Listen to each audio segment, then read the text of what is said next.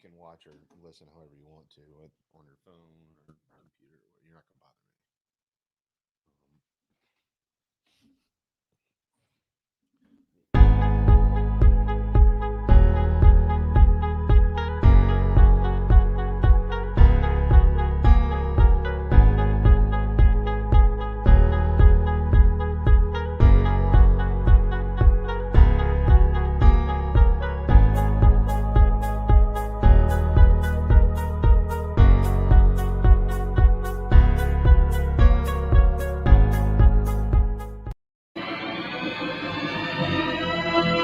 And now for our feature presentation.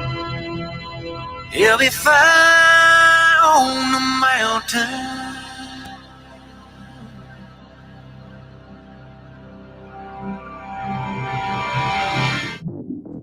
JB and Darren on the JB and Goldwater Show. Line drive right field, base hit. South Carolina wins the College World Series. Watson, touchdown. Hunter Renfrow. He got him, and it's all over. Coastal Carolina rules the roost. They win the championship. And South Carolina has won the national championship. Citadel baseball team has done it again, but this time the Bulldogs beat one of the top teams in the country. They are giant killers. Get the ball to Bennett. He does.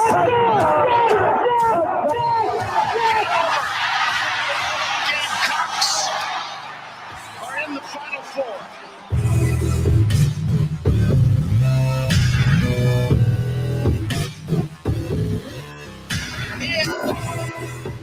All right, greetings and a good Tuesday afternoon, and welcome aboard the JB and Goldwater Show, live, loud, and online, and driven by our friends and yours at Stokes Volkswagen. Find them at stokesvw.com. Find us on the JB and Goldwater app. It's free. You can download that in your phone, watch and listen to our program daily in its entirety. You can always go back and check us out if you happen to miss us as well. Across all social media platforms, at JB and Goldwater, individually at Sports Media JB, and at Darren Goldwater.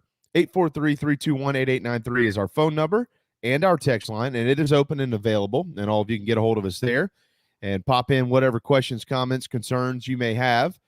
If there's an available chat room in front of you, it might be YouTube, Facebook, Twitter, it might be on the Podbean app even, or going through our app, the JB and Goldwater app, anywhere. Just send it our way, and we'll make it a part of our conversation at some point in time over the next couple of hours, where we will welcome Mike Morgan and Gene Sapakoff to our program. If you are watching, that's me, JB, to the right. That is Darren Goldwater to the left. And we do have more on football from yesterday. We started to get into the transfer portal stuff. So we're going to talk about that more at length. We'll get into some of that with Mike and maybe with Gene as well. Of course, tonight, it is Game 3. Clemson and South Carolina at Doug Kingsmore Stadium in the Upstate. Who does this game mean more to? Obviously, the Tigers are trying to get the postseason. Gamecocks are in it, but they'd like to host and probably need to win this one if they want to have a crack at that. We're going to talk a lot about Bob Caslen coming up here in just a moment. It's been a rough couple of days for the Gamecocks president, there's no doubt. So we've got some thoughts there. Tim Tebow will get into some of that here in just a little while, and much, much more on our program. There's some hiccup games in college baseball tonight as well that you're going to want to keep your eyes on, in addition to what we've got going in the state of South Carolina. Here in the Low Country, the Citadel and the Cougars of the College of Charleston will play as well. It is also National Eat What You Want Day. So eat what you want. I put up a question earlier on Twitter. We've got a few responses to that, so we'll get to that here in just a little bit as well. What would you eat? Anything that you want to eat, Darren, anything. I said in the state of South Carolina, but stretch it wherever you want to. If you could, you know what, I want to eat this, and I can have it here in 30 minutes. What would that be? Halls. Okay. Something from Halls downtown. I mean, why would I go anywhere in the world or the country when I can go to Halls downtown or in Greenville or in Nexton or wherever else they've got their locations now? Because that's the best. I have a good buddy, a couple of them, who are working the PGA next weekend. They're asking me, a couple of them have, where should we eat? I said, well, you're going to start with Halls, and then there's a ton of other really good places. But if you're looking for where to eat, and they're not a sponsor of this show, but if you're in Charleston, Halls. I mean, you can't argue with any of these. These are all personal preference. Yeah, I've thought about. There's so many places that I love to eat. I just don't even know. I don't know what the answer is. But I mean, you can't go wrong with Halls. No. There, and the thing about down here, you could say the same thing about Savannah. You could say the same thing about a lot of foodie towns. There are some that have this reputation of being like the greatest thing in the world, like Halls. And then there are others that are also spectacularly good, and lots of them. Yeah. So it's hard to go wrong. Yeah, it is. I would say pick a place where it doesn't matter what you order on the menu, it's going to be good. And that's clearly the case at Halls. Like my favorite barbecue place ever in Utahville is Sweatman's Barbecue. There's nothing on that menu that's bad. Nothing. It is all good old-fashioned Southern barbecue and all the fixings that go with it, and everything's good. Everything is good. Even the sweet tea. I mean, they give you a pitcher of sweet tea, put it on the table. You don't talk in that their family room. Basically, it's their dining room, but it's a family room. Plastic forks, plastic knives. If you need a knife, what the hell do you need a knife for? It's barbecue. Eat it. Plastic tablecloths. You just go sit at one of those little tables, and you don't want to be the family at Sweatman's Barbecue in Utahville that's just carrying on and laughing and going crazy. You don't want to do that because they all look around and they're going, shut the hell up, man. It's time. You pray, you eat your supper, keep your mouth shut. You talk when you get outside. So maybe I'll say Sweatman's. That's fair. I replied to your comment on Twitter, and I said I'd go to Dog and Duck. I'd get the game day burger, but you can't until tomorrow, or the fried shrimp, or the wings, or I had chicken fingers yesterday. Excellent. I mean, I can go anywhere I want. Why don't I go to a place that I know the staff and it's like family to me and it's good food? Yeah. Well, you look, if anything you want is a cheesesteak, go to DB's. There's not a better cheesesteak in Charleston. That's not debatable, period. That's over. So I don't know. Craig said Justine's Fried Chicken. Did they close? They did. Justine's Kitchen did close downtown Charleston, unfortunately, after quite some time. I don't think it was not like they were really forced to close, but she's done a nice job. So yeah, they closed, but yeah, I'm with you. Justine's, you can't go wrong there either. Someone earlier on, I tell you what, I could probably read a couple of these real quick before we get into the President Caslen stuff, but earlier when I tweeted this out and asked everybody what they thought, we actually had some responses like from around the state. Now, Clinton did say Sweatman's Barbecue, so I'm with you. And his last name is Schuler, so that's not shocking. There's a lot of Schulers in the area. Betsy said Chive Blossom in Polly's Island, the okra pancakes and whatever homemade dessert they have. Never heard of it, but it sounds delicious. Our guys up there at FCS Nation Radio, which, by the way, broadcasts out of Montana now, Schoolhouse Barbecue in Scranton, which I've never eaten there, but I've heard it's actually really, really, really good. Caleb had said Halls, but the one thing Caleb also said that struck a chord with me, he said, damn, I missed Bernie's fried chicken today, and I'm with you, brother. I could eat a box of 50 of Bernie's fried chicken wings before a Carolina football game. I don't, but I could easily. They're just perfect. Doug said Lewis Barbecue, which he's a Clemson fan, so I thought maybe he'd say the Smoking Pig up there in the upstate. That's Herb Street's favorite place to eat. And then my man Joey, how about this laundry list? You ready for this? Uh-huh. Breakfast, TJ's Hot Mess, Pager's Ochre Grill in Charleston, yeah, Andy's Deli in Columbia. Of course, Andy passed away a few months ago, so God bless him. The bacon-wrapped tenderloin with broccolini and taters from Sobeys in Greenville, South Carolina. Sounds good to me. Never heard of it. Sounds good. I know Pages is great. The other stuff, never heard of it, but yeah. I'd imagine it's good. Well, if any of you want to comment on that, go for it. National Eat What You Want Day. Adam says Carolina Barbecue in New Ellington. The hash is phenomenal. If it's good hash, that's all I need. I can eat hash literally all day long. So I like that comment there. I don't know who this guy is, but I like him. Drunk old Core is his Twitter name. Ike's Corner Grill in Spartanburg, South Carolina. I've never been to Ike's. I have been to oh my god, I just the Beacon. The Beacon, yeah, man. The Beacon, chili cheese aplenty. Walking. I think that guy, is he still there? I haven't heard that he's not. I'm not positive, but if I have one place to go, it's probably not the Beacon, because then I know the second place I'm going to go as soon as I eat at the Beacon. It's the bathroom. Yeah. So if I got one place, it's probably not that. That's funny. Oh man, 843-321-8893. Send us a message or again comment, and we'll pop it in there. Just like Craig and Adam and Tyler and all these guys are doing right now. We certainly appreciate all of that. The College Charleston at the Citadel, Carolina at Clemson, PC at CSU. That is on the docket today. More on the Gamecocks and the Tigers with Mike Morgan and Gene Sapakoff in just a little bit. But let's start with Bob Caslen, who yesterday, I want to make sure that we credit WIS in Columbia, South Carolina, because they've done a nice job in covering this. I know that there was some criticism, and Judy Gadsden got a 15-minute interview with him. And there was some criticism about local media not covering this, but it just took 24 hours or so, and folks started to get on it. Fitz News actually. I'm not a big fan of Fitz News, but they originally broke the plagiarism piece of this, which was Admiral McCraven, I believe, who is where Bob Caslen used one of his quotes from in his speech on Sunday. Of course, the first thing that came out about this, as we all know, right, was he said the University of California instead of the University of South Carolina in graduation over the weekend. Do you have that video? You have the California video? I do. Yeah. So okay. Here's the I know we're not going to play the plagiarism video. We're going to talk about that. Here's the California video that actually kind of got all this started. Privileged to officially congratulate you as alumni from the University of California. Congratulations and please be seated.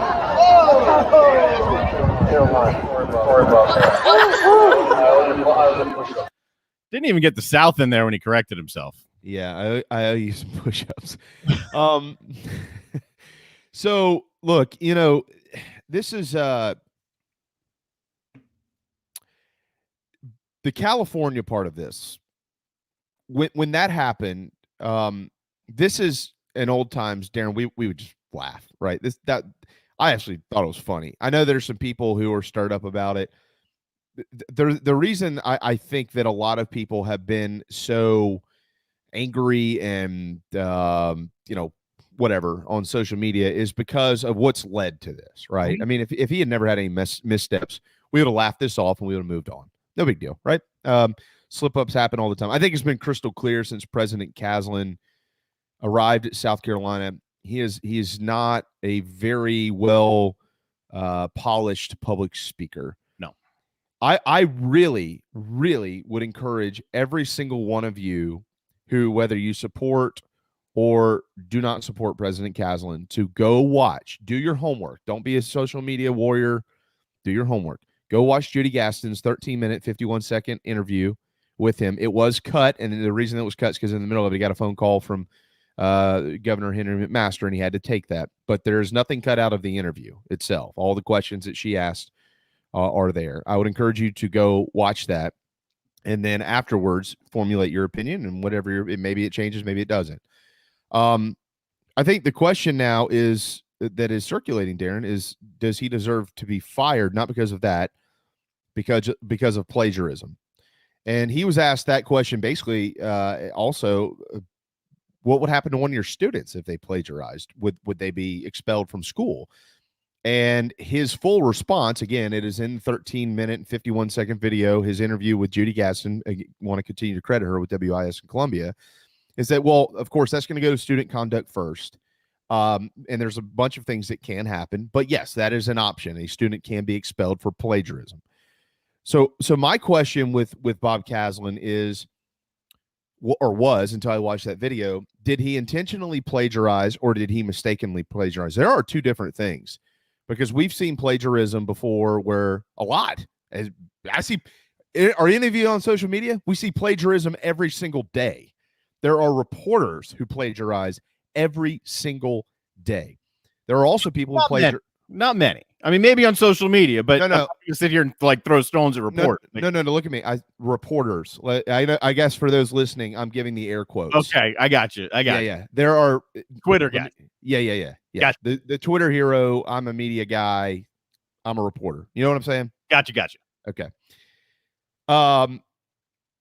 So did he in his video, he stated in his interview with Judy Gaston that he has a book of quotes that he constantly keeps in updates.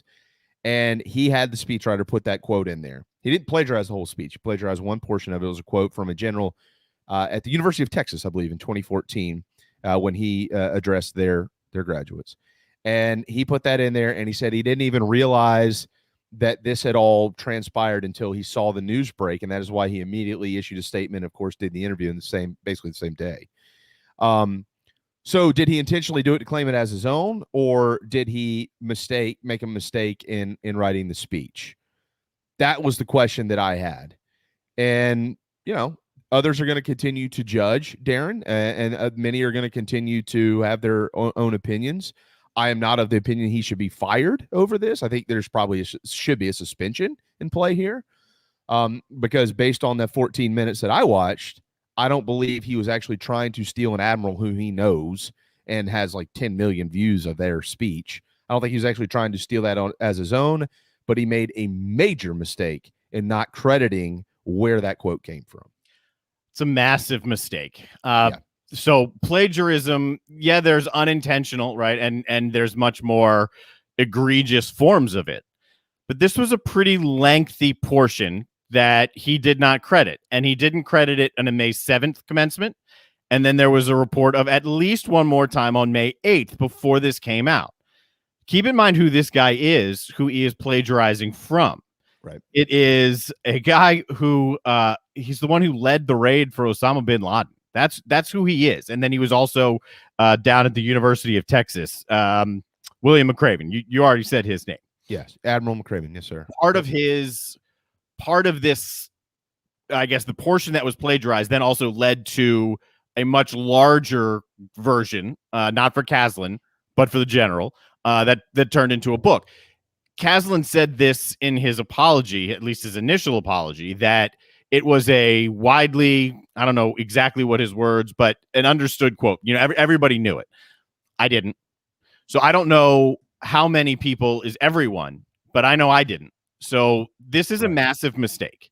It is also made worse by the fact that Caslen's last stop was Army.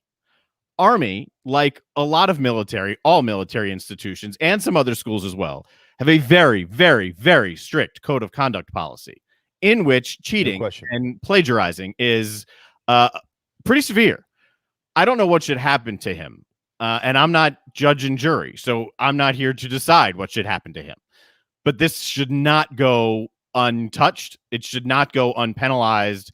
This is the president of a university who, on more than one occasion, plagiarized a guy who's pretty important in American history, and then only later apologized for it. There should be a penalty. What it is, I don't know. Yeah, I mean, and obviously, I think most have now seen the clip, which is part of this 14-minute conversation he had with Judy Gaston. But one of those parts that's been played a lot is that he's offered to the board to resign if they do not have confidence in him. And obviously if they feel like this is a fireable offense, he's offered his resignation. But he also stated that at this point in time, he feels that he has the support of the Board of Trustees at the University of South Carolina. I know that I'm amongst many who watch and listen to our program, Darren, because our program is digitally exclusive, and so social media is heavily involved. I'm probably in the minority of a lot of folks in the fact that I really like Bob Caslen. I like him. I don't like his mistakes. I'm talking about him as a human being, as a person. Okay. First and foremost, I respect what he's done for our country. That is number one. I respect him as a man. I obviously know people who interact with President Caslen often, and they really, really like him. I was telling somebody a little bit earlier today that he's in he's in an uncomfortably comfortable position. And here's what I mean by that. He is used to being a leader, okay? No question. But leading the United States Military Academy this is what I say goes, this is what's going to happen. It's pretty cut and dry. We don't cut corners. We don't bend corners. We don't do it half-assed. This is it. You have a job. You do that job. My job is to tell you how to do that job. It's a military structure, right? But he does know how to lead. He has been unbelievably successful in his life. But when you are the president of a school, a major state university like South Carolina or any other one in the country, or Clemson or whatever, you're very visible. And although behind the scenes, you may be pulling a lot of the right strings, doing the right things, holding people accountable, whatever it is the presidents do. I don't know. When you're in public, you got to be clean cut and polished. And Harris Pastides, from a speaking standpoint, was very clear cut and polished. You have to be careful with what you say. What was it now, Darren? Maybe a year and a half ago, a little bit longer than that, when President Caslen was speaking to a group, I want to say it was in Florence, about the future of Will Muschamp, and all of a sudden it was like, whoa, what's going on here? Remember all that? We were like, where's this coming? What? Hey, whoa, easy, because you can't just say anything because of what happens with those words now. Like, you've got to be clean cut and polished with everything you do.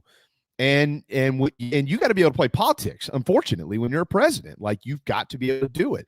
So when you have little snafus like this, he mentioned at an Army Navy gala, he said, "Go Navy, beat Army." Oh crap! And everybody laughed about it. And he said, and it didn't go anywhere. It was a little bit different than around here. But that's a great point. You can't make those mistakes. And he's got to learn to be able to clean up these mistakes. And he's mentioned multiple times he's not a very good public speaker. And so, yeah, he's got some work to do. You put it well. You can't make those types of mistakes. And unfortunately, part of the part that really grinds me, bothers me the most, is that it didn't just happen once. It was this wasn't just an oops. If you do this and you go through it once, maybe on the back end you're like, man, I realized I didn't credit that. I realized I didn't say where I got that from, which is a very common thing to do in commencement speeches, by the way. You hear it all the time. So-and-so said it best, blah, and then some like motivational speech. To repeat it, that it's a problem. As the president of a university, and clearly he's not a good public speaker, but as the president of the university, you cannot make that mistake. You can't. So I respect the fact that he has offered the resignation if that's where it goes. I'm not saying that's where it needs to go. I'm not saying that's where it should go, but there should be a penalty, because what he's done, it wasn't like a, oops, go Navy, beat Army. This was much worse than that, even at Army saying that. I don't know where it goes, but I'm curious to see how the process plays out, because there's already an undercurrent of those who don't like him. I don't have an opinion one way or the other on Bob Caslen, but obviously there's an undercurrent. It's probably true for any university president, of folks who aren't on his side. So how much does this tip those scales? Yeah, I think that remains to be seen. I mean, if I had to lead one way or another, I would say, he's probably going to continue to be the president at South Carolina. And then there's another part of this too, Darren, to consider. If you forget the University of California stuff, that was a snafu, and those type things. Those are the things in 20 years you tell your kids about. Yeah, when I graduated, the president called the University of South Carolina, California, and everybody laughs about it at dinner and has a drink and moves on. The plagiarism stuff is different. So these are obviously two different conversations to have. So, the other way to look at this, had he known that, I do, again, he was leader of the United States Military Academy at West Point. So he is a man of integrity. His job every day was to make sure that there wasn't things like plagiarism going on and cheating and stuff like that. Code of conduct. That's what it's all about. So I feel like, if this is a personal opinion, and I don't want anybody to take this as I'm trying to fluff this up or look the other way or anything like that. I feel like had he known or even realized the mistake that had been made, he would have put out a statement before it even caught fire and saying, I plagiarized today and did not credit a source. And I think we'd be looking at a lot less blowback on this, and because he would have gotten out in front of it. But nobody said anything until Fitz News, who we have to credit for breaking the story and actually almost basically putting up side by side these two speeches. Mm-hmm. And then he admitted to it, which, by the way, is, I mean, there's no way around it. I mean, and he flat out said, yeah, I plagiarized. That's what it is. That is plagiarism. That is by the book. That's plagiarism. I did not credit. And my speechwriter, we did not credit, which, you know, he's not putting blame on anybody else, but there's somebody else involved in this. So, yeah, I don't know necessarily what's going to happen. I feel like he'll be here, Darren. I feel like he'll probably maybe even try to serve a suspension on his own, which might be the right move. We did have somebody earlier. Can you name one thing? Can you name one thing? I'm assuming he's done positive for the university. Well, yeah. I mean, look, you know, they just launched an online school that is not only now directly connected to U.S. soccer, but it's going to allow thousands of people to get degrees without actually having to go paying to live on campus. Maybe folks who never finished their degree somewhere, former athletes. I mean, that's just one thing. Like, he is doing a lot of good things, but the large majority of what we've seen, and I'm not discrediting that comment there. That's a great question. What has he done? You know, but the large majority of what we see, Darren, is bugaboos. The Muschamp thing, you know, the Frank Martin situation, which you got to be careful with what you're listening to there, because we don't always know what's true and what isn't true. You can't take everything you see on the internet as cold, hard fact. Mm-hmm.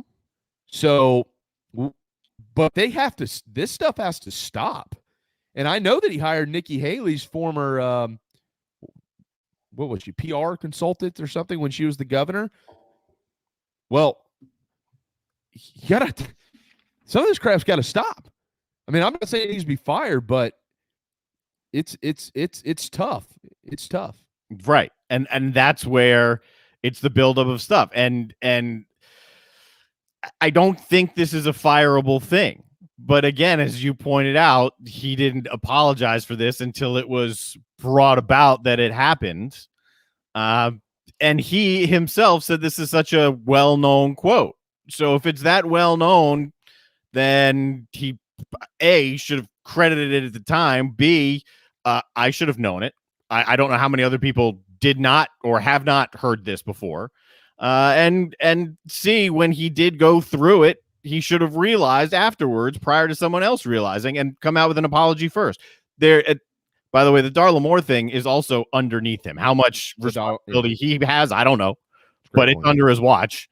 So there's an undercurrent here, and I don't know where this thing ends. I don't think he's fired from it, but it will be determined by whoever is going to determine this, how much of the buildup it kind of reaches the eventual conclusion. How frustrated are they? How much more are they willing to tolerate? How many more mistakes are they willing to tolerate? Yeah, I mean, you're right. I mean, and that's and look, he got off on an awkward foot anyways, because this was pushed through. This was a political move. We all know that. Okay. Now, some of us still support Bob Caslen, whether it was or wasn't or whether it was a political move or not. Some of us don't support President Caslen because of that or whatever else. I mean, there was a couple of other comments he made in the hiring process I actually personally think were taken a little bit out of context. But again, that's the point. You know, if it's a matter of being a clean speaker and being clean cut when you're out there in public and knowing how to word things correctly, if you can't fix it, then this is going to continue to happen. Mm-hmm. If you can fix it, then okay, you know, I think that you could probably calm the waters down and continue to push out the good things that are happening on your watch. So, you know, it's been a rough road. It has been a rough road. You know, and again, Darren, this is just personal preference. If I really looked at this and said, oh my gosh, you know, and he flat out said, Yes, I didn't think anybody knew that quote. I was going to keep that as my own. Unfortunately, he would need to be fired for that. Yeah. There's no question. You can't be a leader of a school system that has 50-something thousand students in it across the state, plagiarize yourself, and then try to tell them not to do the same thing when they're writing their paper that's due next Friday. You know what I mean? You can't do that. Nope. But when you make a mistake like that, if there is a way to punish it when it was unintended, but you got to be able to prove that. I don't know. I see some of what happens on social media, and people get very personal quickly. I think that stuff needs to stop, and let's look at the facts of this thing, and go watch Judy Gaston's 14-minute interview, and just see what you think afterwards. That's fair. My recommendation. I'm not saying anybody should think different. I'm just saying. No. At least those folks on Twitter aren't in charge of making the decision of whatever comes next. Yeah. Well, and he said that, and that's one of the things that pulls at me a little bit. He said his family has seen a lot of some really nasty things said about him. Really nasty stuff. Mm-hmm. Not like the guy needs to be fired. I mean, come on, man. We see that stuff like that all the time. Really nasty personal things. There's just there's no place for that. I mean, yeah, we'll leave that there. We'll leave it there. It is National Eat What You Want Day. I wonder what Mike Morgan's going to eat today. But I do know this. He had the call of a walk-off for the Gamecocks on Sunday at Founders Park. We'll let you hear that as we bring him in when we return right here on the JB and Goldwater Show, driven by Stokes Volkswagen. This is Mike Mazzell for Stokes Volkswagen on Ashley Phosphate Road with exciting news. It's springtime and we're playing ball. Most dealerships don't have any inventory, but at Stokes Volkswagen we do. So we're playing ball on every new Volkswagen in stock. Every new Volkswagen available with zero down. Qualified buyers can sign and drive with interest-free financing for 60 months. Remember, Stokes Volkswagen on Ashley Phosphate Road is the fastest, easiest way to sell your car and get the most money for your trade. Plus, we'll take any trade in any condition, paid off or not. Is your credit in a slump? Strike two! If you've got $500 down and you make at least $2,000 per month, our lenders can get you approved. So if you want to strike out, that's okay. But if you want to hit a home run and save on a new Volkswagen, come see us today at Stokes Volkswagen on Ashley Phosphate Road or StokesVW.com. $1,666 per month per $1,000 borrowed for 60 months at 0% APR with zero down. Plus tax tag. Includes $499.50 administration fee. Subject to DCI credit approval. Expires month end. Peace and love at Stokes VW. Wando Power Equipment, the trusted home of Hustler zero-turn residential and commercial mowers. There is nobody more trusted in South Carolina than our friends from Wando Power Equipment. They've been providing elite commercial and residential service for over 30 years. Landscape Services have turned to their selection of Hustler zero-turn mowers like the Raptor. Bigger, stronger, faster, and the most durable Raptor Hustler has ever designed. Located on Daniel Island and online at wandopower.com. Wando Power Equipment, owned by the Price family, the home of Hustler zero-turn mowers, rentals, service, and specializing in family and friendship. Shrimping season's back. That means local caught shrimp. That's right. Local caught shrimp back on the menu at the Dog and Duck. All three locations, Bell Hall, Park West, and Clements Ferry Road, now featuring once again local caught hand-breaded shrimp, plus other daily specials like the Game Day Burger every Wednesday, Rib Night on Friday, rotating taps all the time, and all the TVs you can possibly imagine for whatever you want to watch. The Dog and Duck in Bell Hall, Park West, and on Clements Ferry Road. In the air, left center field, going back, and it's off the wall. Heinrich gets waved home. Here comes the throw. He is safe. Gamecocks win it. Let me see what you can do. JB and Darren on the JB and Goldwater Show. And that's just how we do it. Live, loud, and online. The moon goes up and the sun goes down. We find a little spot on the edge of town. I can only imagine. I texted Darren this yesterday. How much it must suck to call a walk-off from your office 3 hours away from the actual play with a delay. And I know you'd had some technical difficulties earlier, probably internet stuff like Darren and I have often. We all have them. But you know what? You got my juices flowing. So nice work, my friend. What's up, Mike? Thanks, man. That was cool because I was on Childers and Neuheisel yesterday, a Sirius XM show that I go on a bit, and they played the call audio only, and TV calls audio only sometimes don't cut the mustard, but I could actually watch that on your stream there as it came along, and yeah, it felt awfully good about the way our broadcast went in general. You mentioned all the hangups. It's broadcasting in COVID.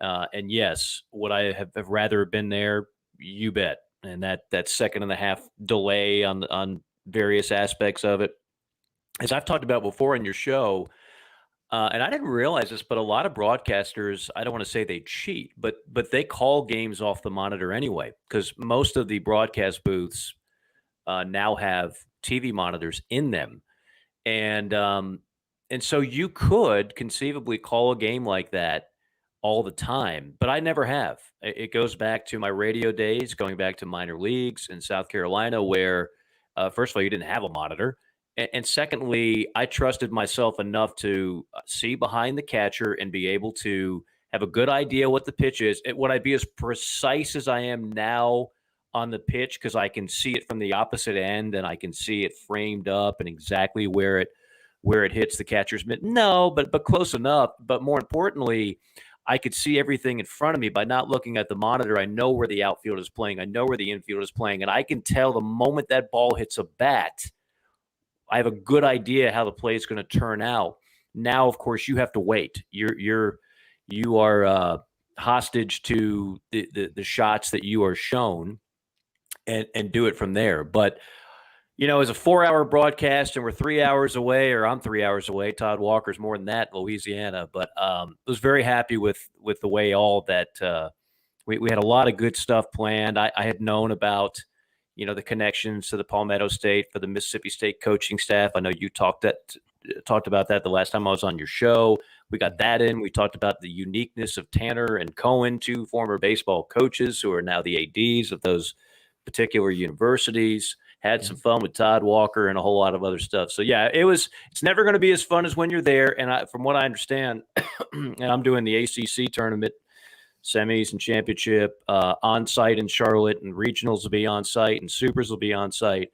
So I've got a few more games locked in this room right here. And then they let me out of the cage and I fly away and I actually broadcast from the stadium. Thank God.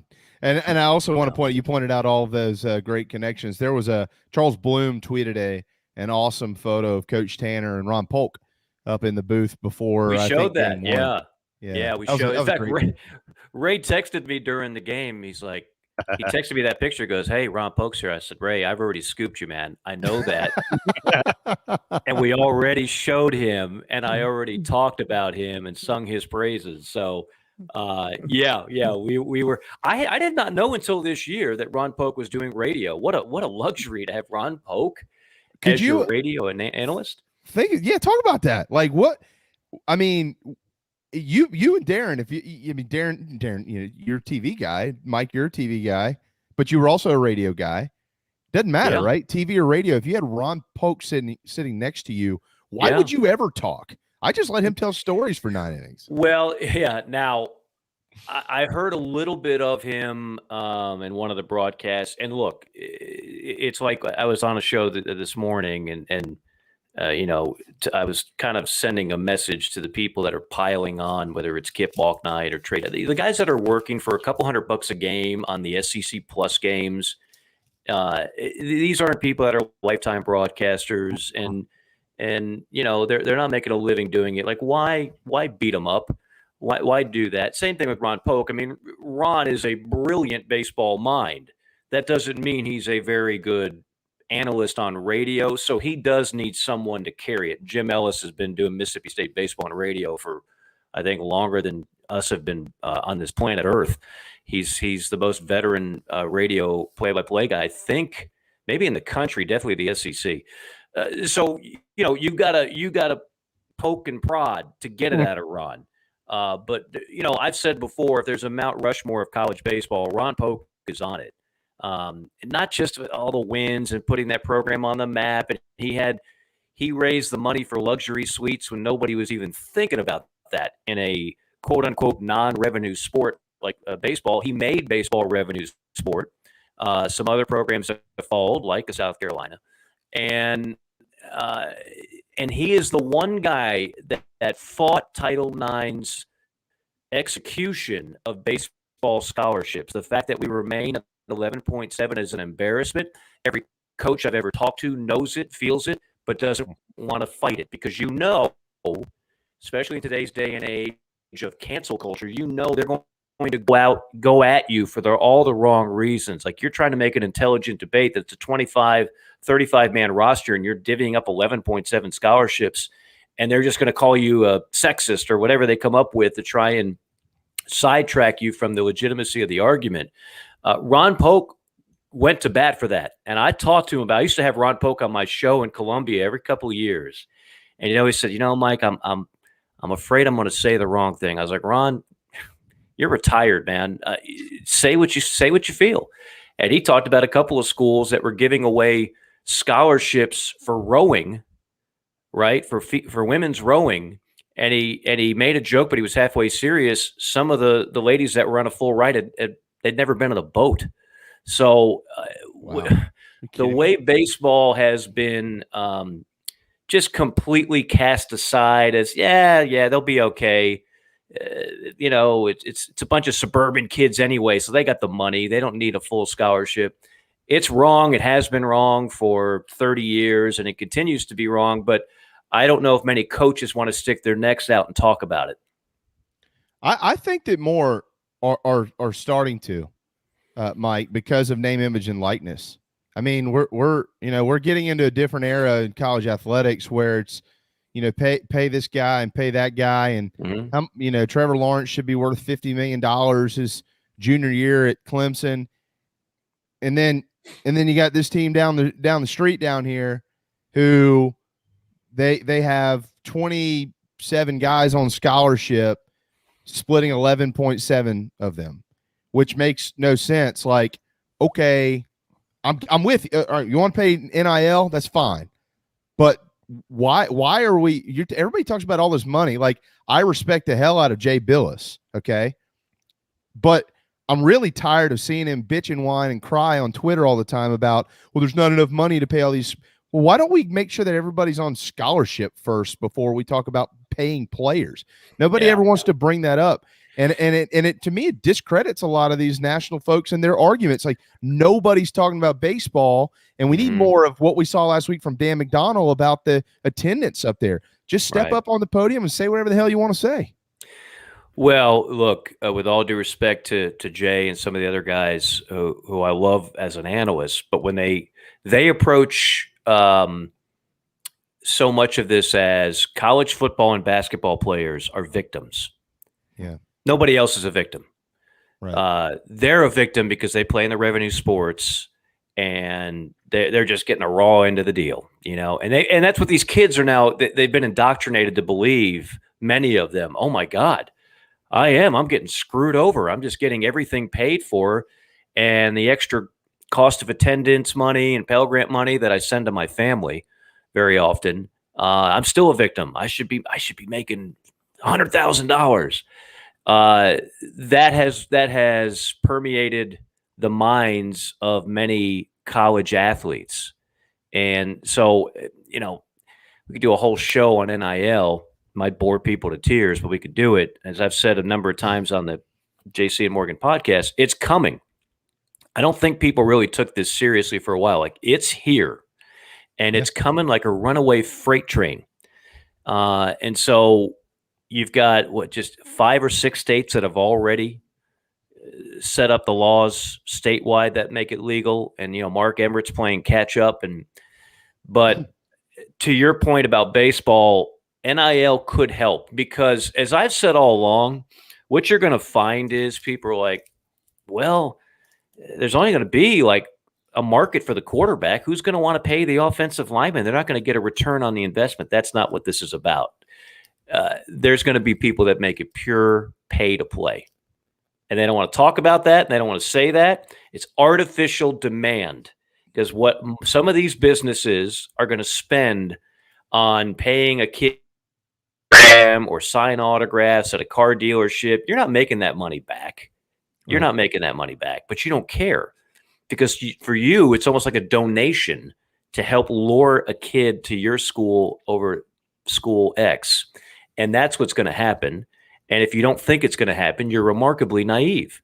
If you think this is all going to be, well, it's just a perfect supply and demand, and these young men who are clearly victims, they're now going to get their just due. Well, they might get their just due. They're going to get some money, and I don't really care if they do or they don't. But don't tell me it's based on actual supply and demand and market value. That's not it at all. This is just a way to pay recruits. That's what it comes down to. It's until you fully define some parameters here, pay for play is absolutely on the table. 12:45 Tuesday afternoon. It is May the 11th, which is game 3 of Clemson and South Carolina tonight.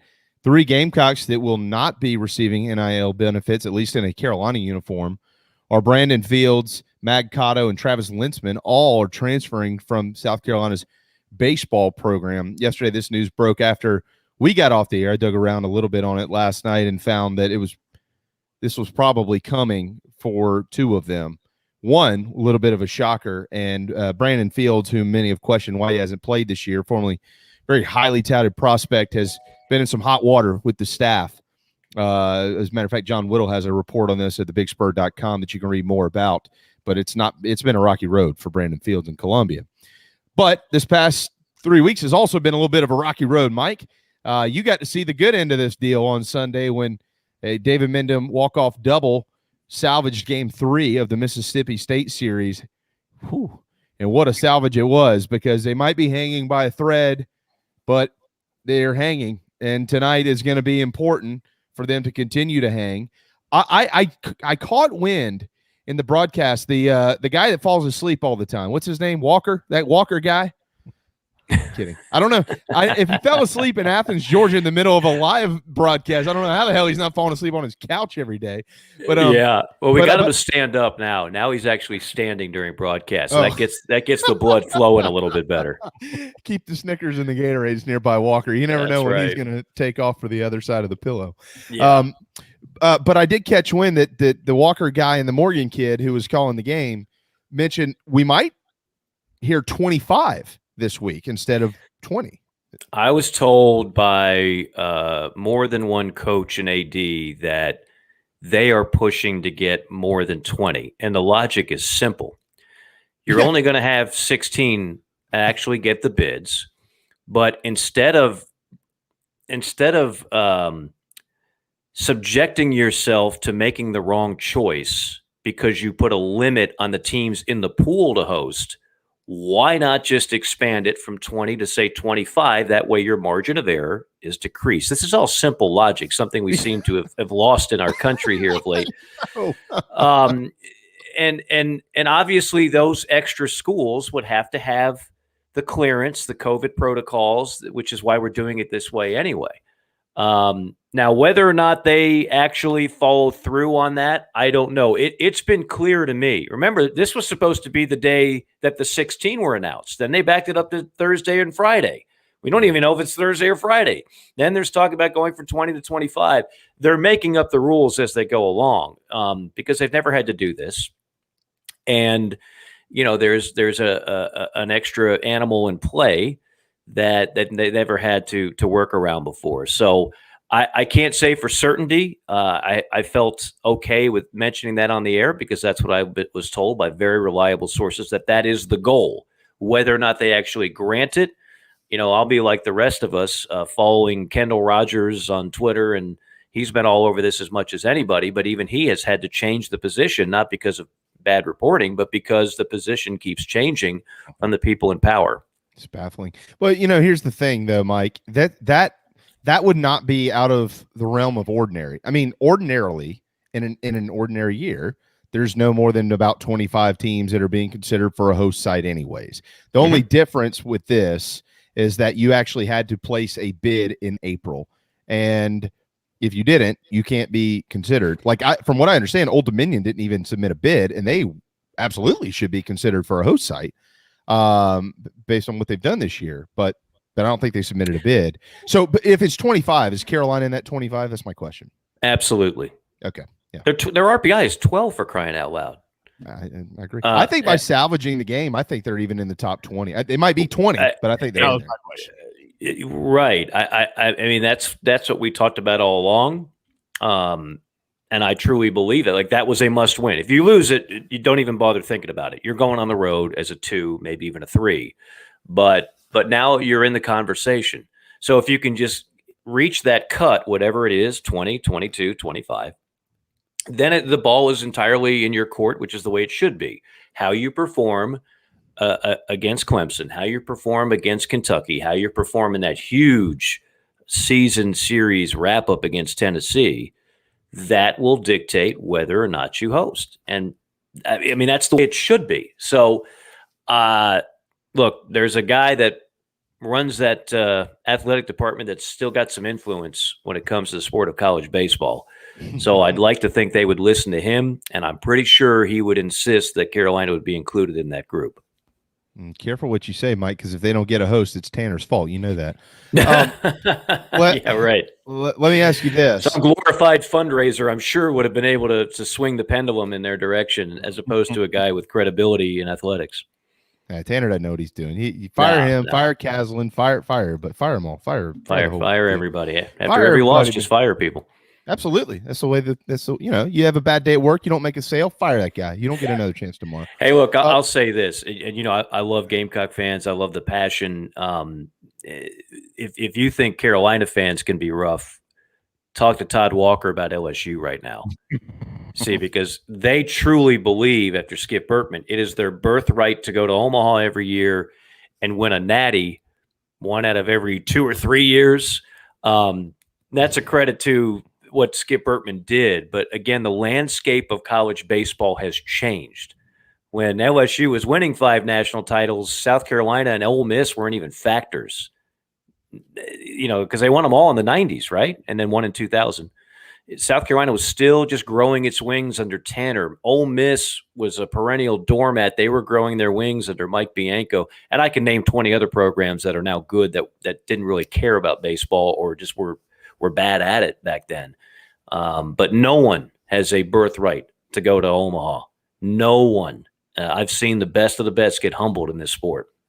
I'll add to that list Louisiana Tech, because tonight, when's the last time you saw in May 14th ranked Louisiana Tech at unranked LSU? Now, let's put a little asterisk on this, because I predicted last week. This was my prediction. We'll see if it comes to fruition or not. I predicted LSU gets in and Georgia falls out of this thing. And I predict that based on how they've been playing and what's left for both of them on the schedule. It's much more difficult for Georgia than it is for LSU, seemingly turning in the right direction. And they have the annual LSU Invitational in Birmingham coming up in just a couple of weeks.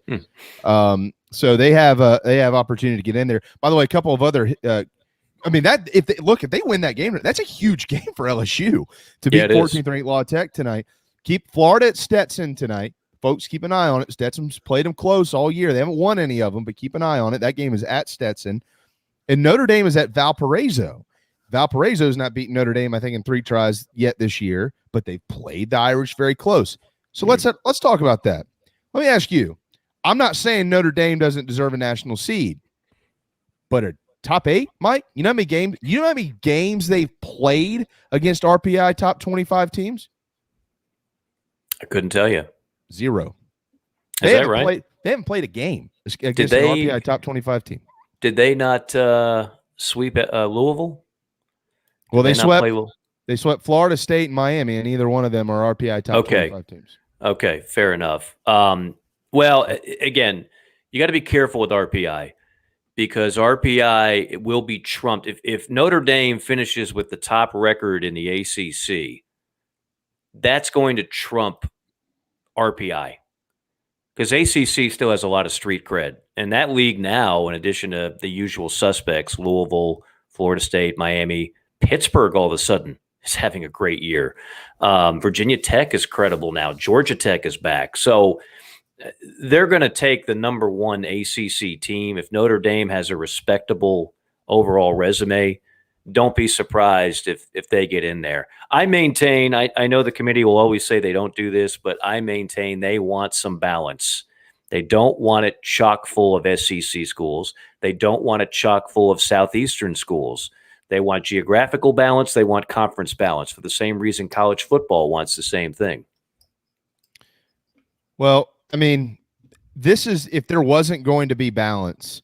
Like, I know that they want that every year, but if there wasn't going to be balance, this would probably be that year. I mean, I think right now the SEC is secure in 5, Mike, and I think Florida is actually the 5th one. I think Ole Miss is going to actually still have work. This is just if it ended today, because they got beat at A&M this weekend. So I think that Ole Miss still has work to do, and obviously South Carolina. If they get 6, it'd be Ole Miss. South Carolina's probably 7 looking in. I don't know that they get more than 6. I don't think they do. You're talking about hosts now, right? Host, yeah, national seeds, hosts.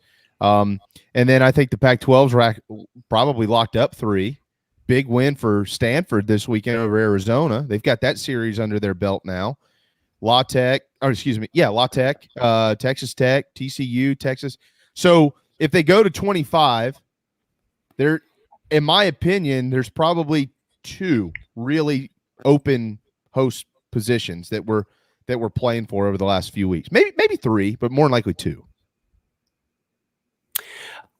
That's your opinion, and I don't disagree with it. Okay. I haven't thought about it that deep yet, to be honest with you. Like mentally, I'm still at okay. I've got LSU, Alabama this weekend. That's a Bubbleville series, right?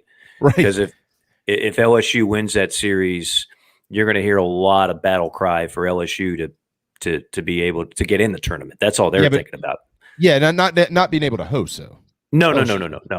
Both those teams are just thinking, okay, if we do X, Y, and Z, we can get in, and that's all they're thinking about.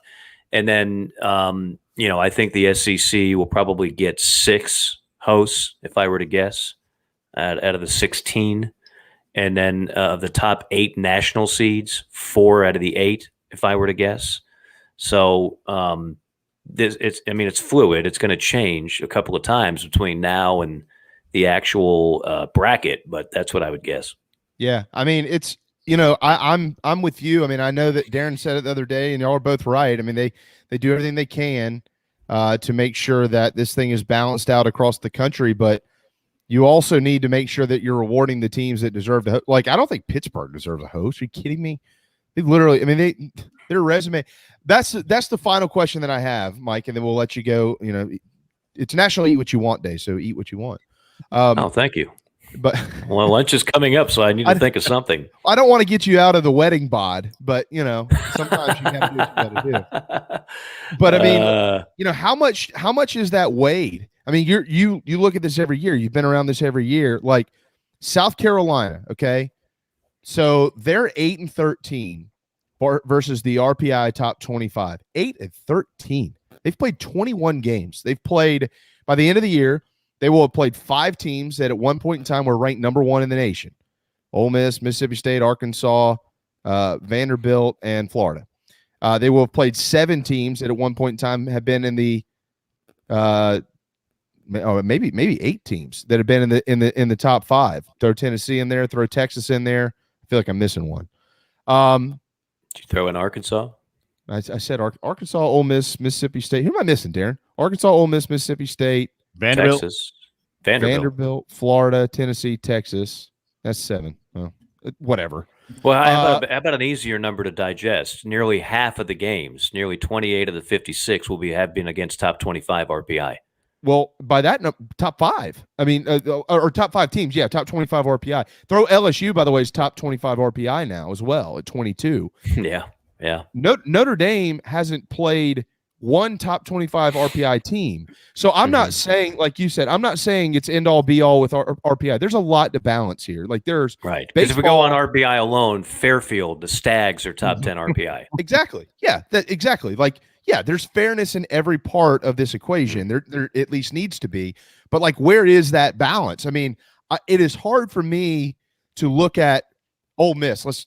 pull out South Carolina, look at Ole Miss, and say, well, okay, they've played like 19 RPI top 25 games. I think they're 10-9 in those 19, and they might not even be considered a host site, but Notre Dame hasn't played one program in the top 25, and they're a top 8 national seed.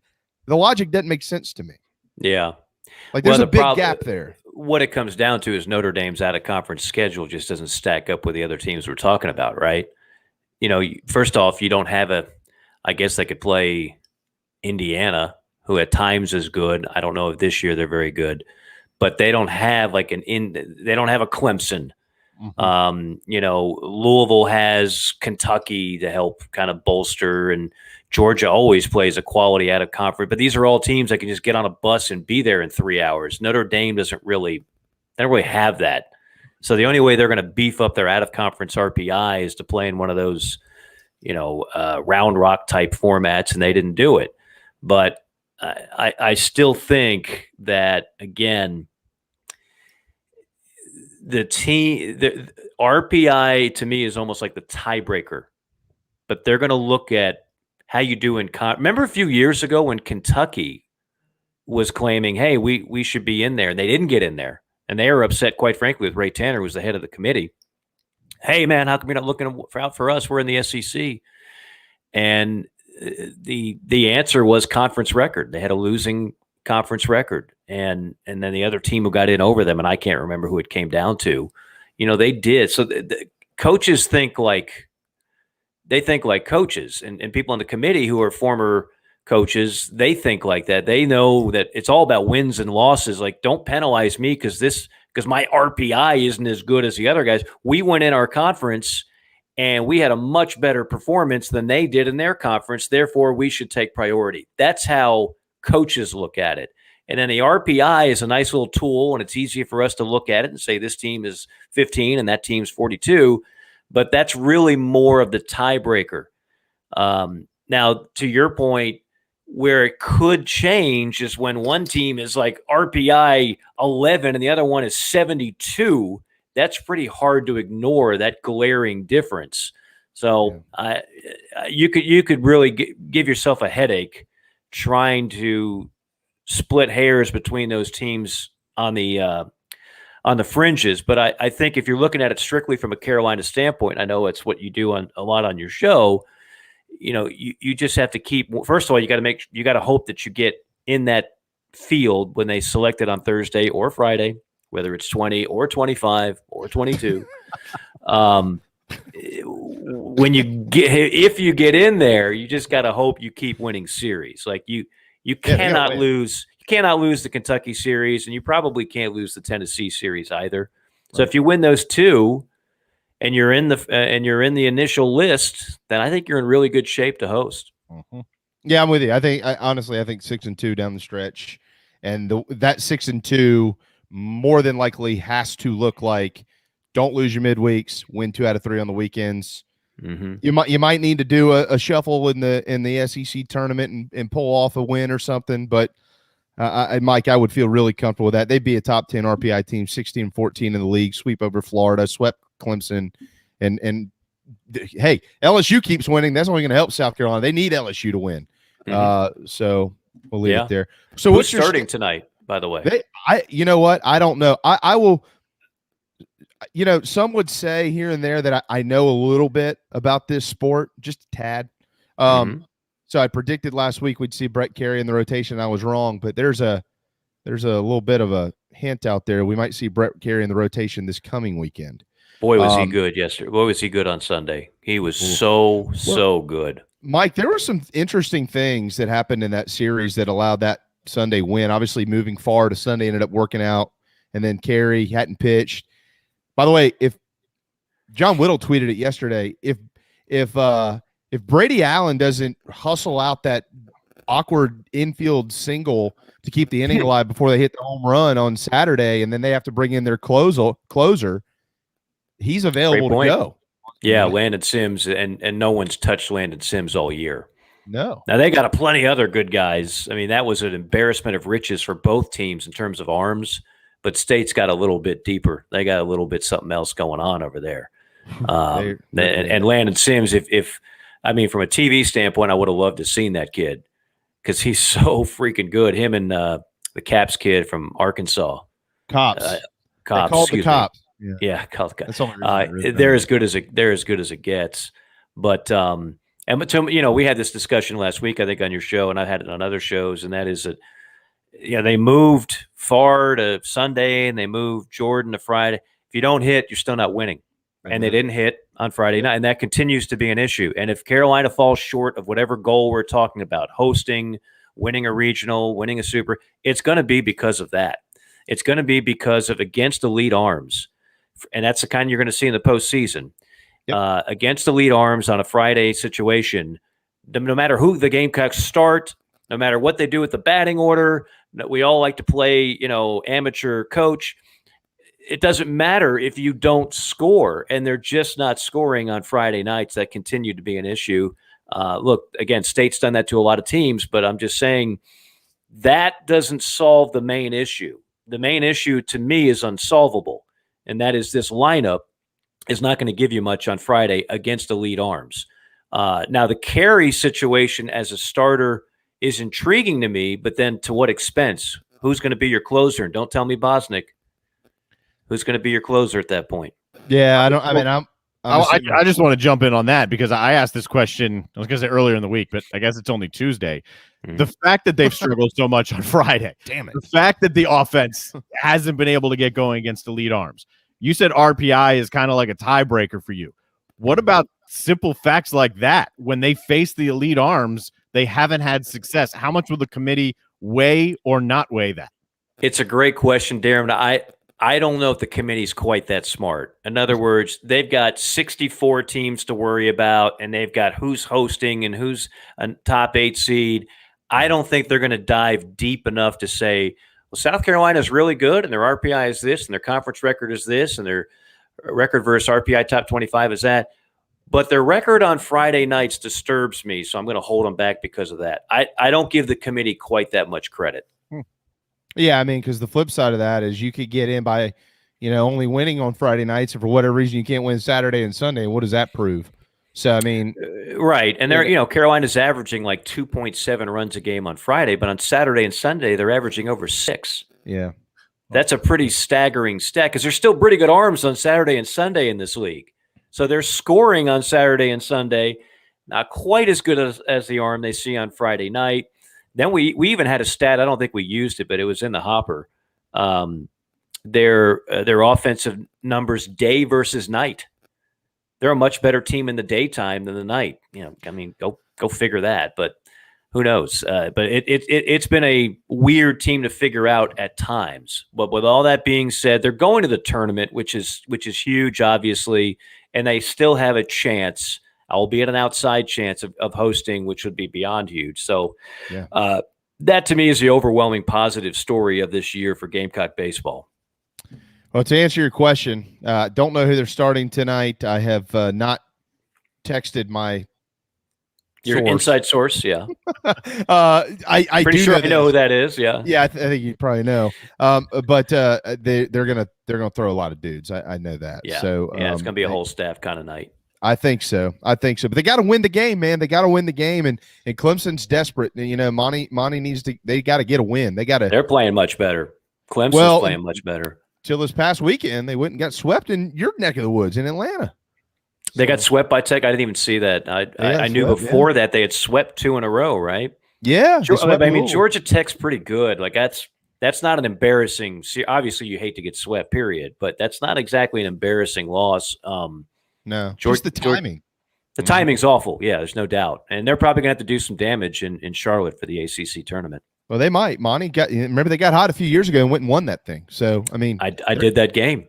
Yeah, exactly. 5 years ago. The longest game of my life because it was supposed to start at 12. Then they said, no, it's going to rain. It started at 10 a.m. Then it got delayed and delayed and delayed. We started at 10 a.m. We finished at 10 p.m. We were on ESPN, ESPN2, ESPN News, ESPNU. It was unbelievable. It's unbelievable. Oh, man. Poor Mike. Poor Mike and his that one, the game in Athens. You that working for ESPN, that's a tough gig, man. Yeah. We don't get paid overtime, no matter how long the game is. We all get paid the same. But no, look, if it's a good game, I'll take it. If it delays, we hate. But a well played long game, I'll take that every day of the week. I think you need to have a conversation with Walt Disney, that is, about your NIL. Because at least in some of these rain delays, you could promote yourself and your brand or something. Yeah. I'll see if I can get on there. Hey, by the way, speaking of promoting the brand, you see what I got here? It's a mic arm. Is it one of these? I don't know if it's as good as yours, but it looks like the same thing. But all right. Yeah, you guys were like the cool kids wearing the cool Air Jordans, and I was walking around in my pair of Zips or something. So yeah, I got a mic stand. I have advanced to a new level here. There you go. It's look real nice, Clark. You know what I'm saying? She's a beaut, Clark. Yeah, he's a beaut, Clark. All right, where are you? We've got news out of Columbia that's really baffling, mystifying news. Are you talking about the president? Yes. Wow. What a jeez Louise. I can't even wrap my arms around that. Not gonna ask you to. Not gonna do it. We have Sapakoff at 1:30. We'll throw the ball in his court. He'll have a field day with that one. I've got LSU, Alabama. The battle of the bubbles. Hey, that's the battle of the bubbles. That's huge. That is huge. Yeah. Huge. Well, the thing we love about it, as opposed to just having a random top 10 team, these are two teams that literally they have to win the series. If they don't, they're done. I mean, that's the way we're framing it, and I think that's properly framing it. So I love that kind of drama. It'll almost have a postseason elimination day type of feel to it. So we've got the series this weekend, Saturday at 2:00 on SEC Network. Lance Cormier, former Atlanta Brave, will be joining me on that one. Wow. Yeah. He does a lot of Alabama games. I'm going to leave you with this bad news from Ole Miss. Gunnar Hoagland has torn his UCL, and he will be out. Oh my goodness! For the rest of the year. Oh, I hate to hear that. It's terrible. I mean, you're talking about one of the top arms in the country. Yeah. First round pick. I hate to hear that. I really do. I hate to hear any kid lose out on. He's earned this postseason. He's earned it, and he would have been able to showcase himself. So that's with Mahoney, Jack Mahoney last weekend. That what they diagnosed him with, Darren. Didn't we hear that yesterday? It was torn UCL. UCL. Okay. Yeah, and we see obviously, it's become the injury. The good news is they all come back from it now. It's not like it used to be. They all come back from it, if not just as good, sometimes even better. So but it's not about that. I think his future is going to be fine. It's the fact that he loses out on the postseason stage, and he's earned it. Wait till these guys get our age, just trying to get out of bed in the morning. Tell me about it. They have no idea what's going to kick them in the balls one day. All right, Mike. Thank you, man. I know we kept you a long time today. Checks in the mail. Wink, wink. And we'll catch up with you here soon. Looking forward to that series this weekend. That's a big series in the league for a couple bubble teams, so we'll get there. All right. Talk soon, brother. He popped out. He just left. Okay. There you go. Mike Morgan in Atlanta. All right. It is time for timeout. We went through extended time today, the top of the hour. So we will not be playing the Patriots Point National Anthem, but we do have, which many of you may have already seen, breaking major news involving Bob Caslen at the University of South Carolina. So we're going to talk about that. And we also have some horrible, sad news to pass along for the sport of college football. We'll get there in 2 minutes right here on the JB and Goldwater Show, driven by Stokes Volkswagen.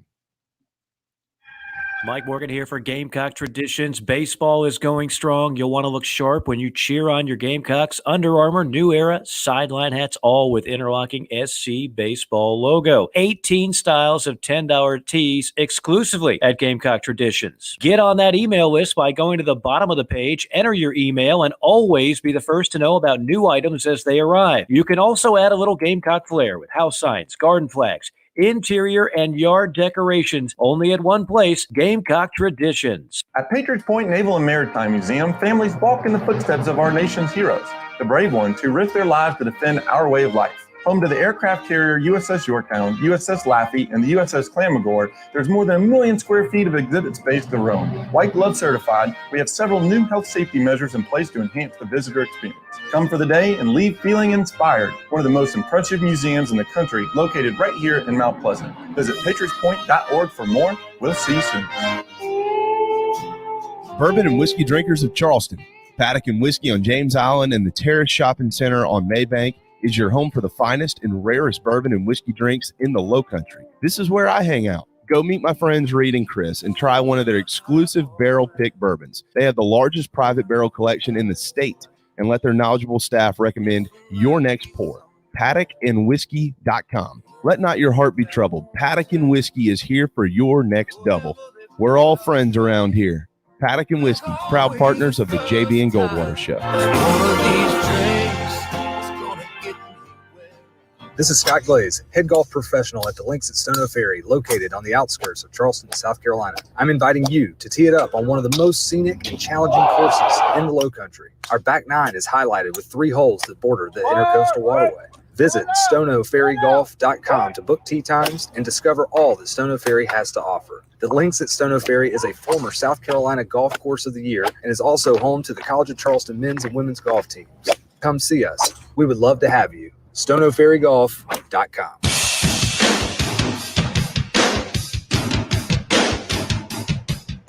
You are listening to the JB and Goldwater Show, live, loud, and online.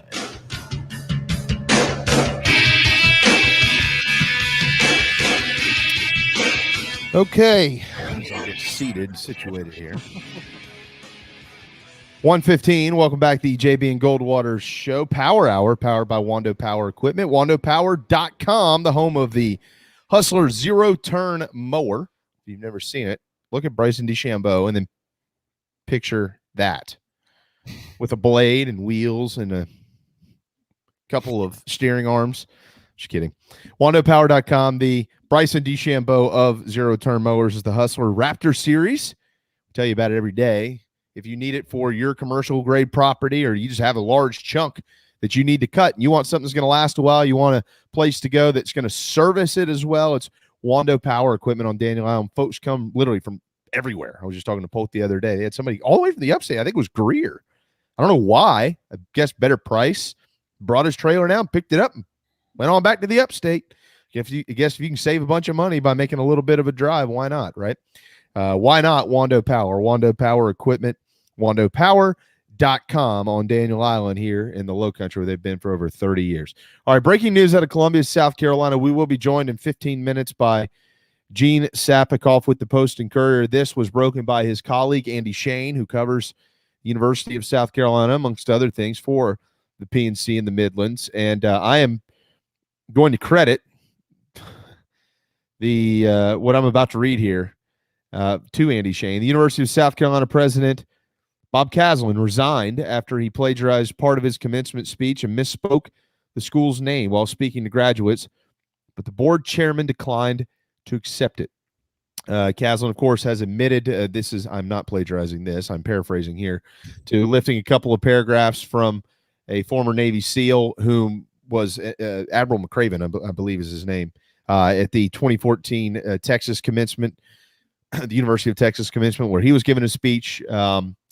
But this weekend, he resigned to Dorn Smith, whom is the board chairman at South Carolina. He did not accept it, and this has been confirmed by spokesman Jeff Stensland at the University of South Carolina.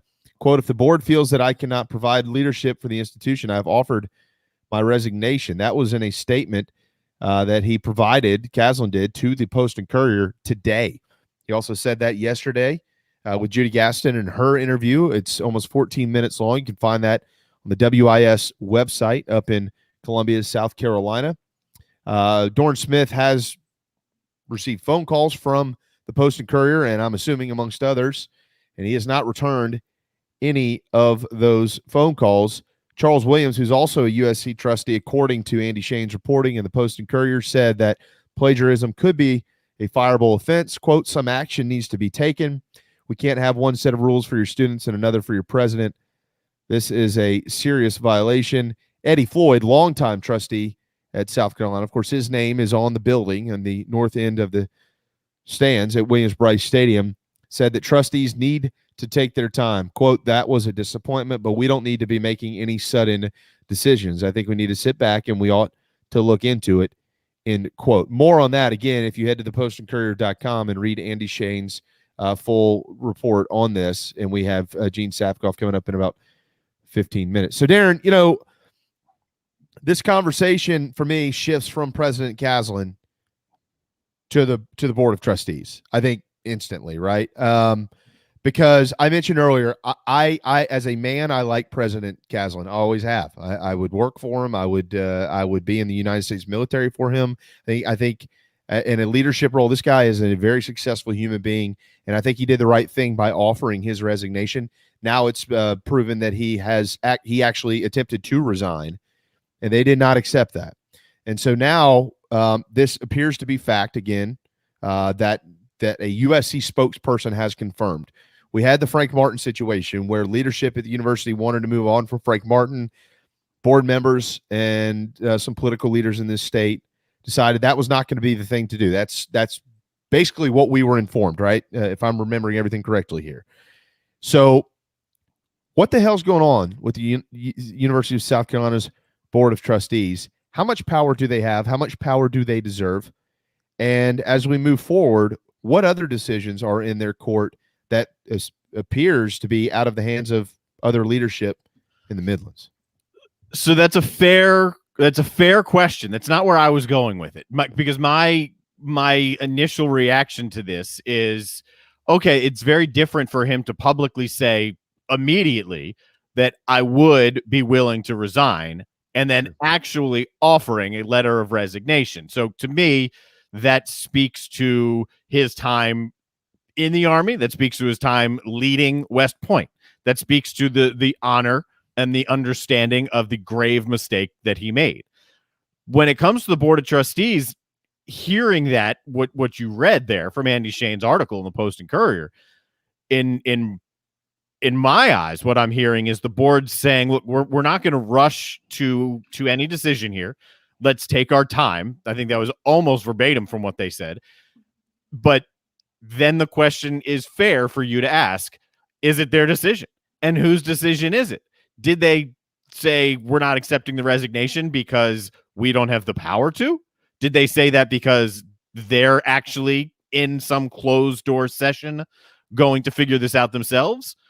Or are there other factors at play? But there is, I would understand the angst, and I do understand it, from South Carolina fans who are continuously seeing news come out, then the Board of Trustees and things not happening the way, at least fluidity, that you would expect, and to question what's really going on in there. I'll hold my judgment on that to see how this process plays out. It's very possible right now. This is just let's wait and see. We don't think he should resign. He doesn't want to resign. He did this because it was the right thing to do. Let's work our way through and figure out some amicable, not settlement, but punishment, as opposed to taking the full resignation. Yeah, I think that your perspective is pretty spot on with that. But basically reading through the tea leaves of this report by Andy Shane. Again, it is on the postandcourier.com. And obviously there are different opinions on the South Carolina Board of Trustees here. So what we want to avoid is flame throwing comments on social media and things like that. If you got something to say it respectfully. To Darren's point, per Eddie Floyd's comments, it is, we're not going to accept this because we need to wait, sort through all these things and figure out if this is the right way forward. The issue, though, again, Darren, is the optics. This is just another, I mentioned when we started talking about all this, basically at the top of our program, this has not been clean cut. This process for President Caslen at South Carolina has been filled with a lot of gaffes and bugaboos and things that are publicly very easy to scrutinize, right? And very easy to negatively comment on or to have a negative impact on your institution based on your leadership. So This is another one. I mean, and the Board of Trustees has been under fire as well, most recently, obviously, because of a couple of things, the Frank Martin issue and the Darla Moore issue. Darla Moore didn't even want President Caslen at South Carolina because of the process. I don't think it was anything actually personal with him. It was the process in which he was being appointed as president, and she voiced her frustration with the board, and the board moved forward with his hiring anyways. So, they've had a basket of their own to deal with over the last year plus, couple of years or so, and now this is another instance. So to your point, I agree with you, because we need to know what, okay, they didn't accept his resignation, but how about a statement as to why not, and a truthful one, not a fluff piece that's going to go and, we're not stupid. People aren't dumb. We know what means what. We know if we have to read between the lines or not. So tell us why you didn't accept it. Let's hear it so people can, maybe hear some truth. And, if there's a point to be made there, then that needs to be considered, because the public is going to consider all of this no matter what, with whatever information they have. So you might as well give them information. It's very possible what they've done here is actually exactly what they should have done. Understanding it comes on the heels of what just happened with Frank Martin, with Darla Moore, understanding the optics, like you say, it doesn't look good, but it's very possible what they did here is absolutely the right move. The question is, like you said, there are going to be a ton of eyeballs on this because of the optics. They do need to give an explanation, but my gut here, just my gut, is that what they've done here is right. It's just on the heels of other things that have caused a lot of consternation among South Carolina fans, alumni, supporters. So your first reaction, a lot of supporters' first reaction would be to question what's happening. I get that. But right now, maybe just pause that, because it's a separate incident here. This is not related to Darla Moore. This is not related to Frank Martin. Yeah. It happens to be at the Board of Trustees, and that's where the tie is. But hit the pause button on saying everything's going wrong, because while it was awful the last times, it's very possible, understanding that the eyeballs are on him, that this is the right move, and it will be explained as such. Yeah, I think there's two questions that need to be asked. Why did you resign? Let's hear it. Because in that interview with Judy Gaston yesterday, he didn't say anything about it. He said he had offered his resignation. He would offer to resign. So why did you resign? And then the question to the board is, why was that resignation not accepted? Pretty simple, right? Let's see what the answers are. And to your point, we move forward.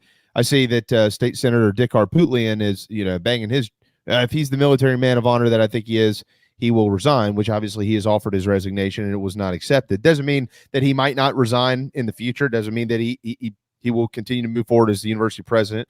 There's a lot that can still happen. I mean, it doesn't mean that he can't resign just because they didn't accept his resignation. I will also have with Dick Harpootlian, he needs to go back to worrying about trying to figure out a way to, tear down businesses in 5 points. He ain't gonna be reelected anyway, so who cares what he thinks? Well, let's say about the Board of Trustees in this, I guess in this instance, again, in doing this, it doesn't mean he won't be, Caslen, penalized. What they're saying is, we're not just going to wipe you off campus right now. Maybe that is the result.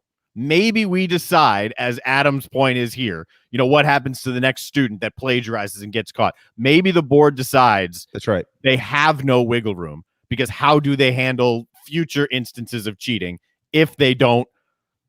If whatever comparable thing is to a student and a president, right? If the student might not be expelled, but he might fail the paper, then what do you do to the president for doing something like that? I don't know if, again, like I said before, I don't know if firing's the right thing. I don't know if resigning is the right thing.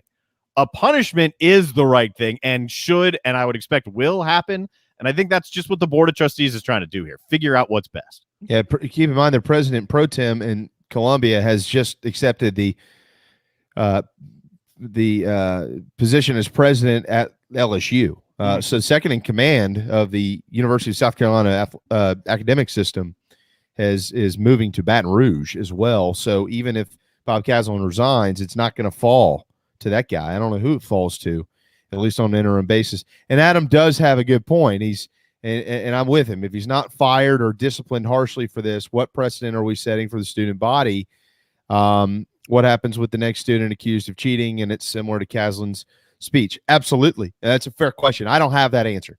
I don't. And I'm not in any way saying I want to make sure people, if you're listening or watching what I'm saying, that it's separated, because I like President Caslen. I respect what he's done.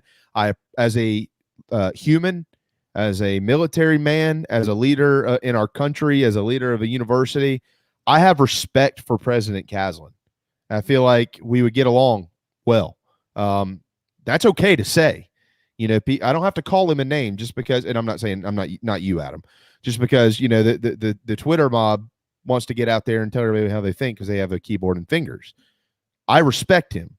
I also recognize the fact that since he's been in Columbia, the road hasn't, at this point in time, Darren, it's not even really been rocky. Like there's chunks of it missing, and I don't know how they're navigating down this thing. I mean, it's you can't constantly every 3 to 4 or 5 months have to worry about what is going to happen in a public appearance with the president of your university. When your president speaks, it's supposed to draw positive attention, not negative attention, to the school. Yeah. And you know, I almost wonder too, and I know we got to go. We got Gene coming up. We're going to talk about this with Gene. I almost wonder, Darren, these are my words. Mm-hmm. I almost wonder if he's just exhausted. You know what I mean? Like, oh my God, like I did this again. And I'm not even meaning to do all this, and I did it. I don't want to do this anymore. I mean, he's got money. He's made money. You know, he's a leader. I mean, he's done everything in life that he could do. I almost wonder if internally we all hit a point in our lives of exhaustion. Like, I wonder if mentally he's like, I want to resign because I don't want to go through this anymore. I thought this was a great thing for me. I thought this was a great thing for this school. I thought it was a great thing for my family. It's not working, and I don't want to do it. I wonder what was said in his resignation letter. I wonder if any of those types of thoughts of just simple personal wear and tear, questioning himself, questioning the job he's done, questioning where he is. I have no idea. Like you're just no idea. You're wondering out loud. But I wonder what was in the letter, in his reasoning for resigning. Was it strictly, I should never have done what I did in plagiarizing? Was it just that? Or was it more? And then again, what's the board? What's, you know, what will the reaction end up being? To that point, though, if he really wants to just resign, does it matter if the board accepts or not? I mean, if they say no and he's like, I'm done, he can quit. He can quit. He can face some financial repercussions. He's got a contract, but if you want out that bad, you can just quit. Yeah. I mean, I guess this could all be fluff. I mean, it could be, hey, I'm going to resign. Don't accept it. I mean, I don't know. I mean, that's a little conspiracy theorist for me, but could be the case. I mean, I'd like to take his word at it. I mean, he's the former leader of the United States Military Academy. That's fairly honorable, you know? So, yeah. Let's hit a pause. When we get back, Gene Sapakoff with the Post and Courier will follow up on this conversation per the report from his colleague Andy Shane at thepostandcourier.com. So don't go anywhere. Much more right here on the JB and Goldwater Show, driven by Stokes Volkswagen. This is Mike Mazzell for Stokes Volkswagen on Ashley Phosphate Road with exciting news. It's springtime and we're playing ball.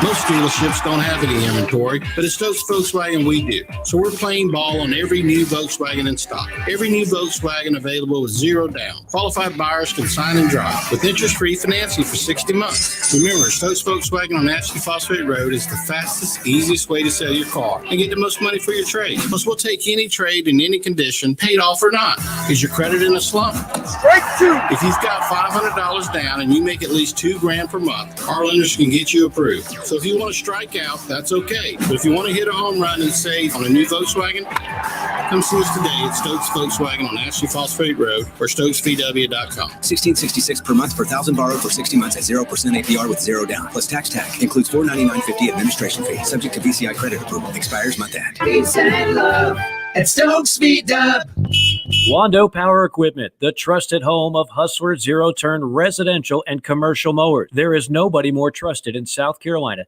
than our friends from Wando Power Equipment. They've been providing elite commercial and residential service for over 30 years. Landscape Services have turned to their selection of Hustler zero-turn mowers like the Raptor. Bigger, stronger, faster, and the most durable Raptor Hustler has ever designed. Located on Daniel Island and online at wandopower.com. Wando Power Equipment, owned by the Price family, the home of Hustler zero-turn mowers, rentals, service, and specializing in family and friendship. Shrimping season's back. That means local caught shrimp. That's right. Local caught shrimp back on the menu at the Dog and Duck. All 3 locations, Bell Hall, Park West, and Clements Ferry Road, now featuring once again local caught hand-breaded shrimp, plus other daily specials like the Game Day Burger every Wednesday, Rib Night on Friday, rotating taps all the time, and all the TVs you can possibly imagine for whatever you want to watch. The Dog and Duck in Bell Hall, Park West, and on Clements Ferry Road.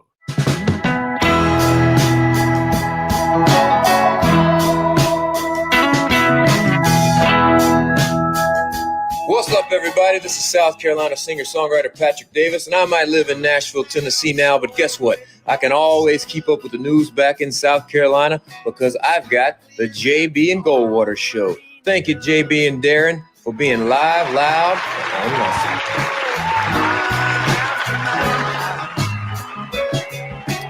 awesome. Okay, final segment on a turbulent Tuesday afternoon.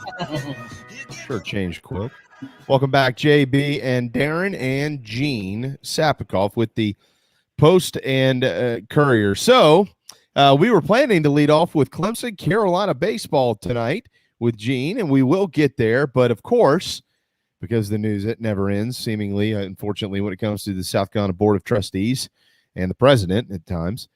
We have a new story to talk about. We were just speaking about Andy Shane's reporting at the postandcourier.com. That is the colleague of Gene Sapakoff. And so we'll pick his brain on what in the world is going on in the capital city. Hey, Gene. You there? He should be here. Gene Sapakoff. Earth to Gene. Did he mute himself? He may have muted himself. I'm going to call him back. Okay. I'm going to hang up on our Gene here.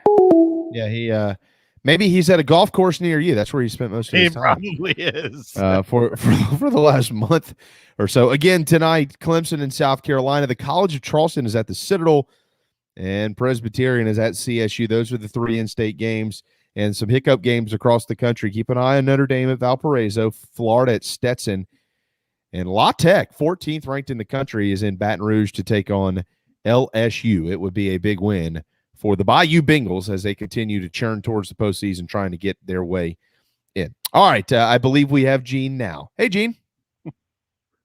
What's going on, Jamie?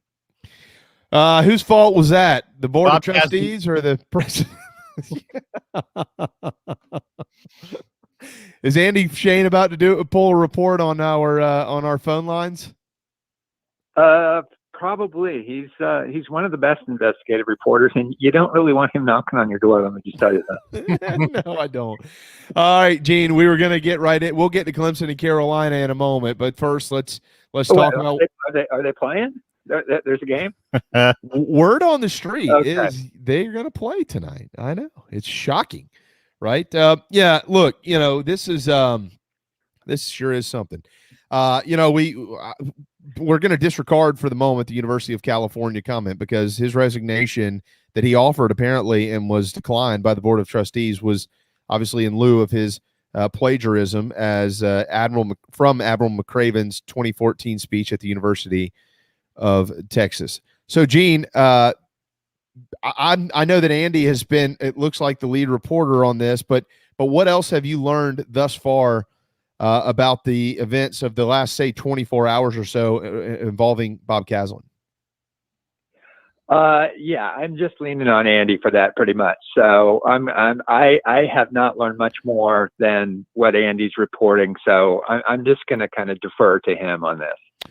Well, let's come at this a little bit of a different way. I think Darren made an interesting point in the last segment, and that point was that, okay, we understand that he offered his resignation. The Board of Trustees did not accept that, but isn't it fair to ask the question, or at least wait on an answer as to why he offered his resignation, and also why the board of trustees did not accept that? Like, there's more to this. Isn't it fair to wait to learn what those answers are before we rush to judgment?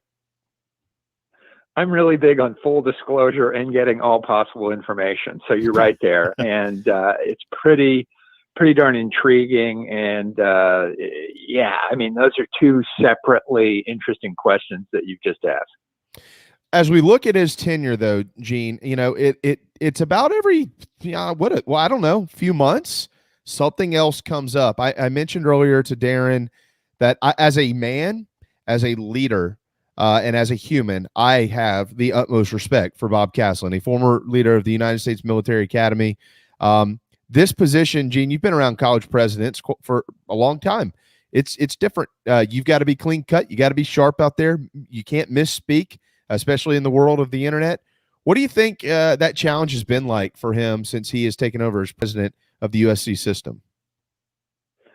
You know, I'm going to say some of the same things you have, and maybe all of the same things, but just in a different way. You just have to have complete respect for a guy and what he's done for the country, and, you know, just what he stands for and the positions and just his career. And that resume is a beautiful thing. Having said that, wow, it's been a bumpy ride since before he was officially hired.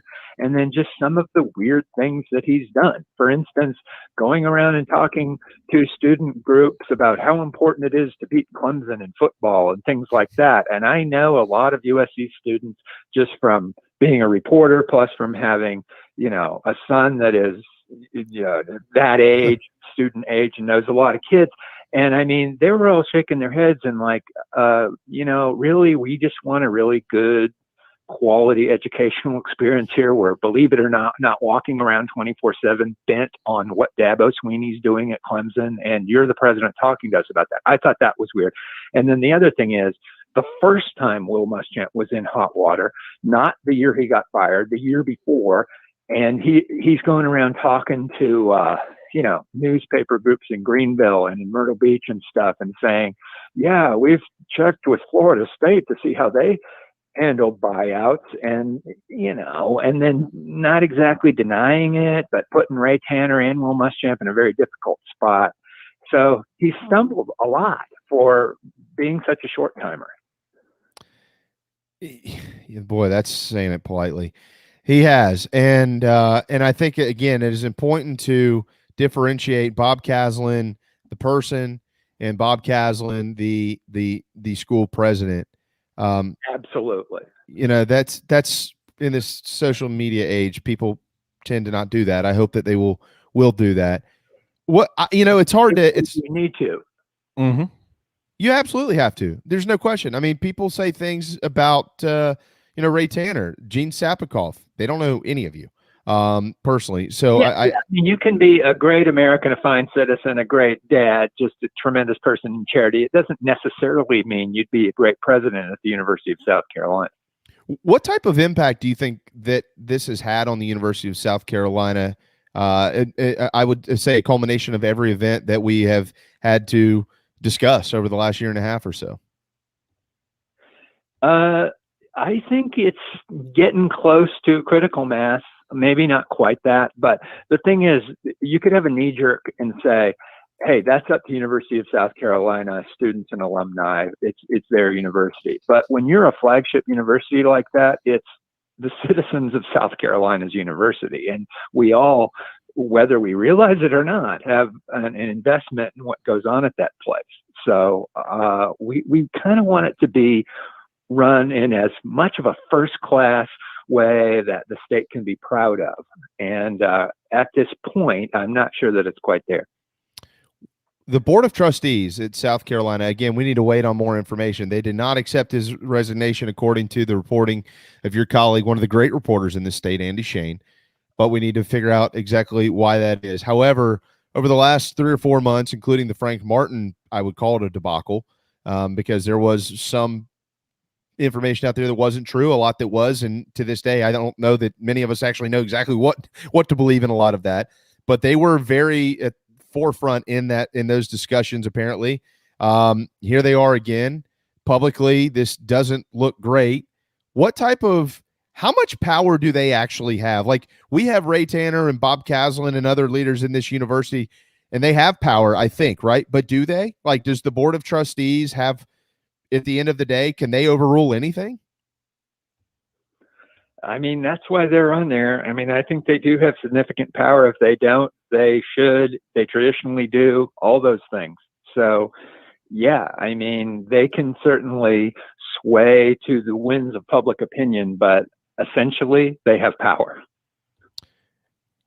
I mean, as from a fan's perspective, from an alumni perspective, how should people, I mean, people are frustrated, but what can actually be done about any of this?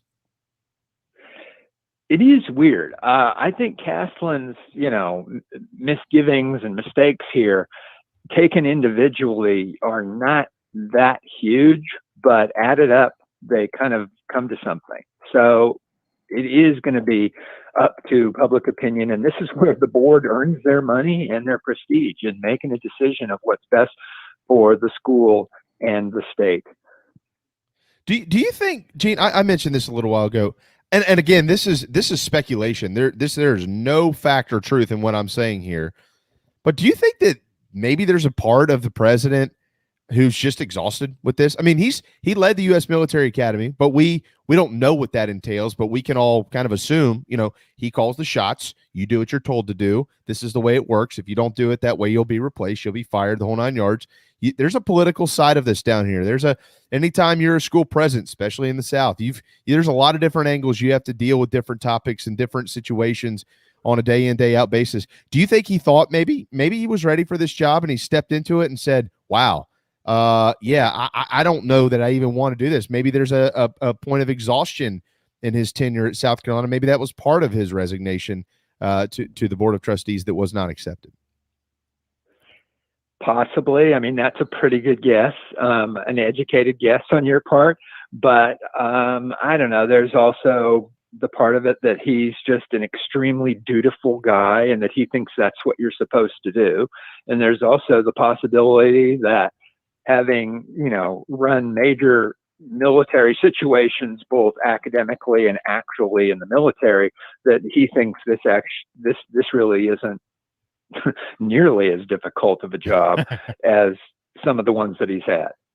And finally, Gene, and then we'll actually get into some sports stuff, but what should we, or what do you expect, I should say, over the next few days? I don't know. I'm not asking you if you expect him to resign or anything like that, but as far as this process playing itself out, what should we be watching for? What should we expect to see? Major scrutiny to see what key members of the board and heavy hitting donors start to how they start to lean. I think that will be the first clue there. I just don't think, and part of it is because there aren't a tremendous amount of students on campus right now. I just don't think this is going to be one of those public opinion things as much as it's going to be the leadership of the university that's going to be making this call. Yeah, I'm sorry. I said one more. Let me ask you one more. When we go back to when he was hired, did more people? I recall somewhat. Didn't do a lot of digging on it at the time, so it's probably poorly done on my part. But were there more people frustrated because it was Bob Caslen that was being basically politically appointed as the president of South Carolina, or were they more frustrated just with the process in which it was done? Was it the person or the process? Wow. I'd say the former, slightly over the latter there. Okay. Okay. Well, that's fair. I mean, that's fair. And again, a lot of what we're talking about is very hypothetical because we don't know what's going to come of this. We have no idea what these conversations are. I just got done before we got on the air today watching 14 minutes of a Judy Gaston interview yesterday with WIS and Bob Caslen. And then lo and behold, we're right here in the middle of the show, and the news is confirmed by South Carolina that he actually did resign, but unsuccessfully with the Board of Trustees. So it could change at any minute. We'll continue to keep our eyes on it. Gene, are you going to have your eyes on the Clemson-Carolina baseball game tonight?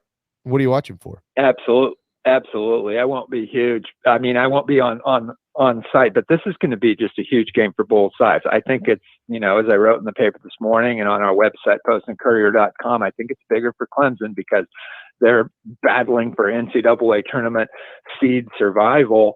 The Gamecocks will be in the tournament. Of course, they could use this big time to, kind of solidify their argument for a regional, but what I'm looking for is probably a close, low-scoring game, even for a midweek game. But I think you're going to see a lot of pitchers in this game, probably on both sides, unless somebody like, Jeffrey Gilbert gets really hot for Clemson and they just leave him in there for a while. But the Gamecocks have to make contact with the baseball and cut down on those strikeouts. And I'd like to see him just get on base more. They do not walk enough. Jamie, Darren, it is really weird to look at a good baseball team, and nobody doubts that. I mean, South Carolina is clearly a good baseball team. They're number 12 in the freaking RPI. They've walked about as much as they give up walks. It's like 4 different in their favor. That's not what you usually see from a good baseball team. And I understand swinging hard and going for the fences. That's fine, but they need to get on base more. And Clemson just needs to lend their pitchers support. I mean, it can't just be Caden Grice. I realize their last loss was 9-8, but there's way too many 3-2 losses in there for, a team that has Monty's got a lot of freshmen, but the bulk of that is in the pitching.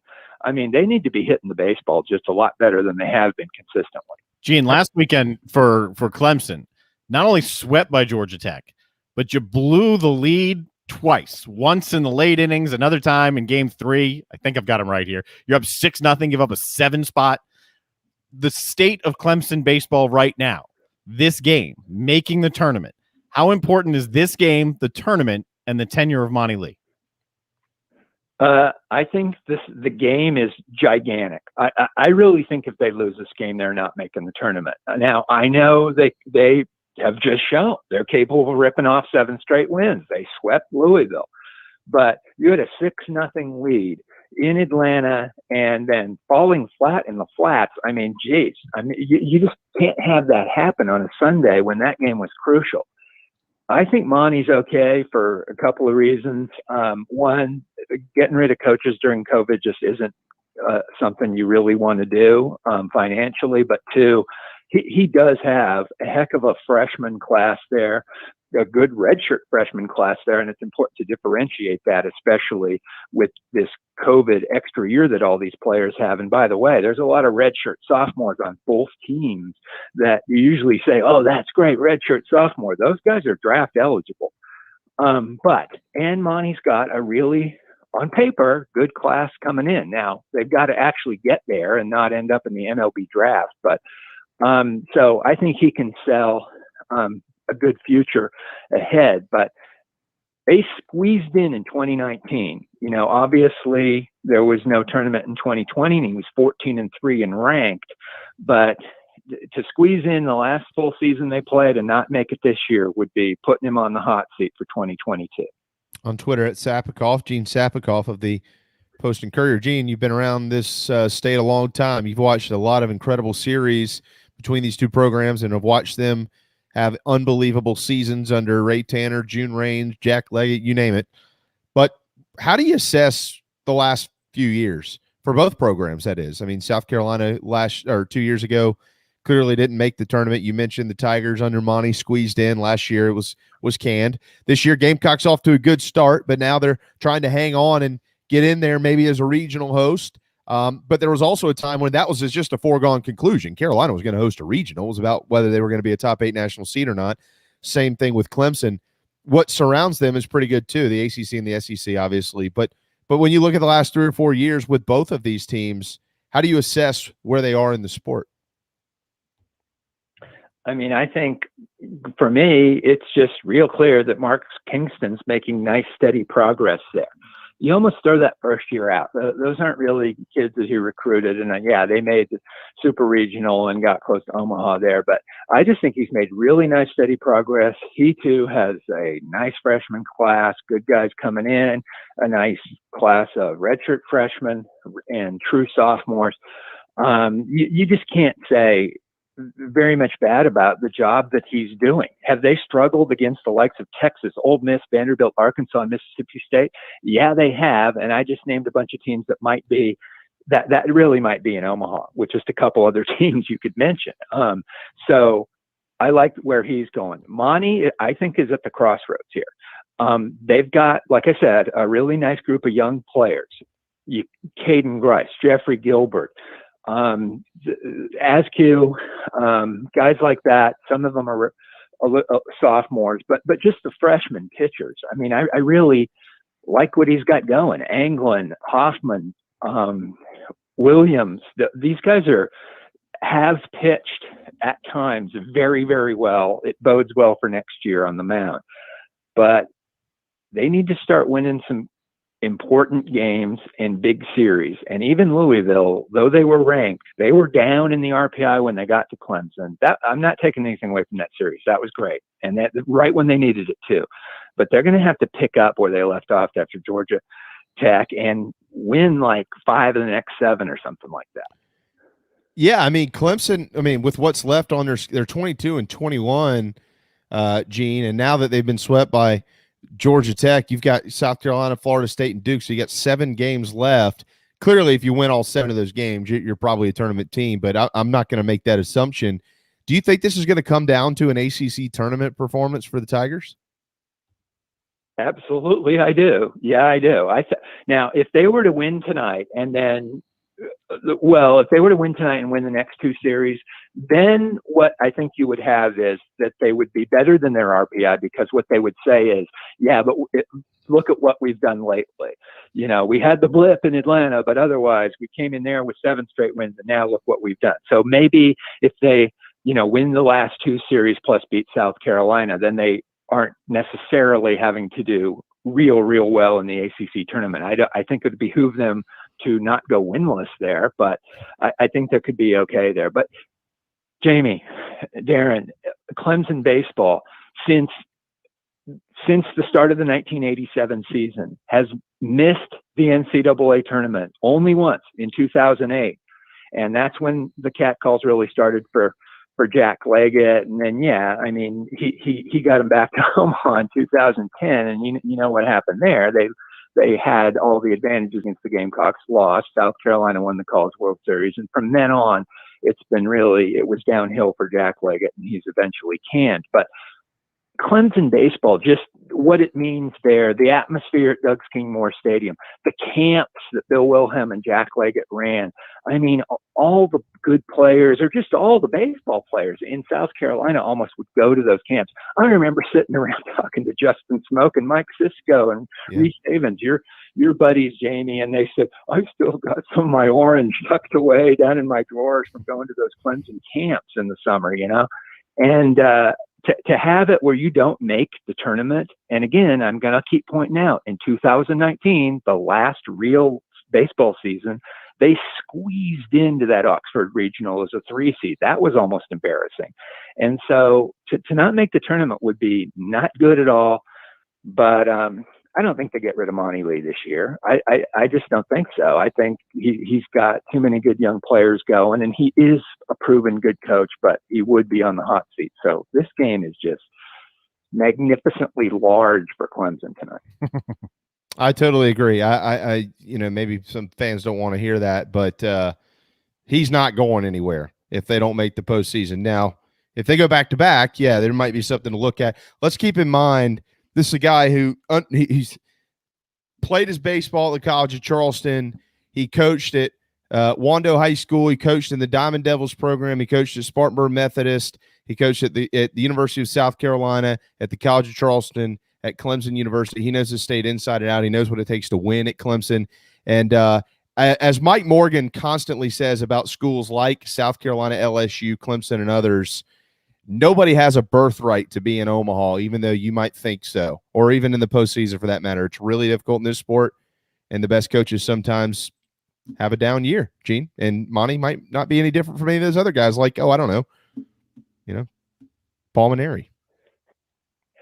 Yeah. I've just spent, a few of different segments here sticking up for Monty and saying he's going to be back and how good he is. I will say this, he has yet to make a super regional despite hosting some regionals. Now they got really unlucky with having Vanderbilt being like constantly sent to Clemson, and that was really a tough thing. It's true. And but still, the thing coming into this year was, we need you to make a regional and we need you to make a super regional. So to not make the tournament with that on you, next year it would be, you better make the tournament. So, but hey, I love Monty Lee. I think he's a hell of a coach.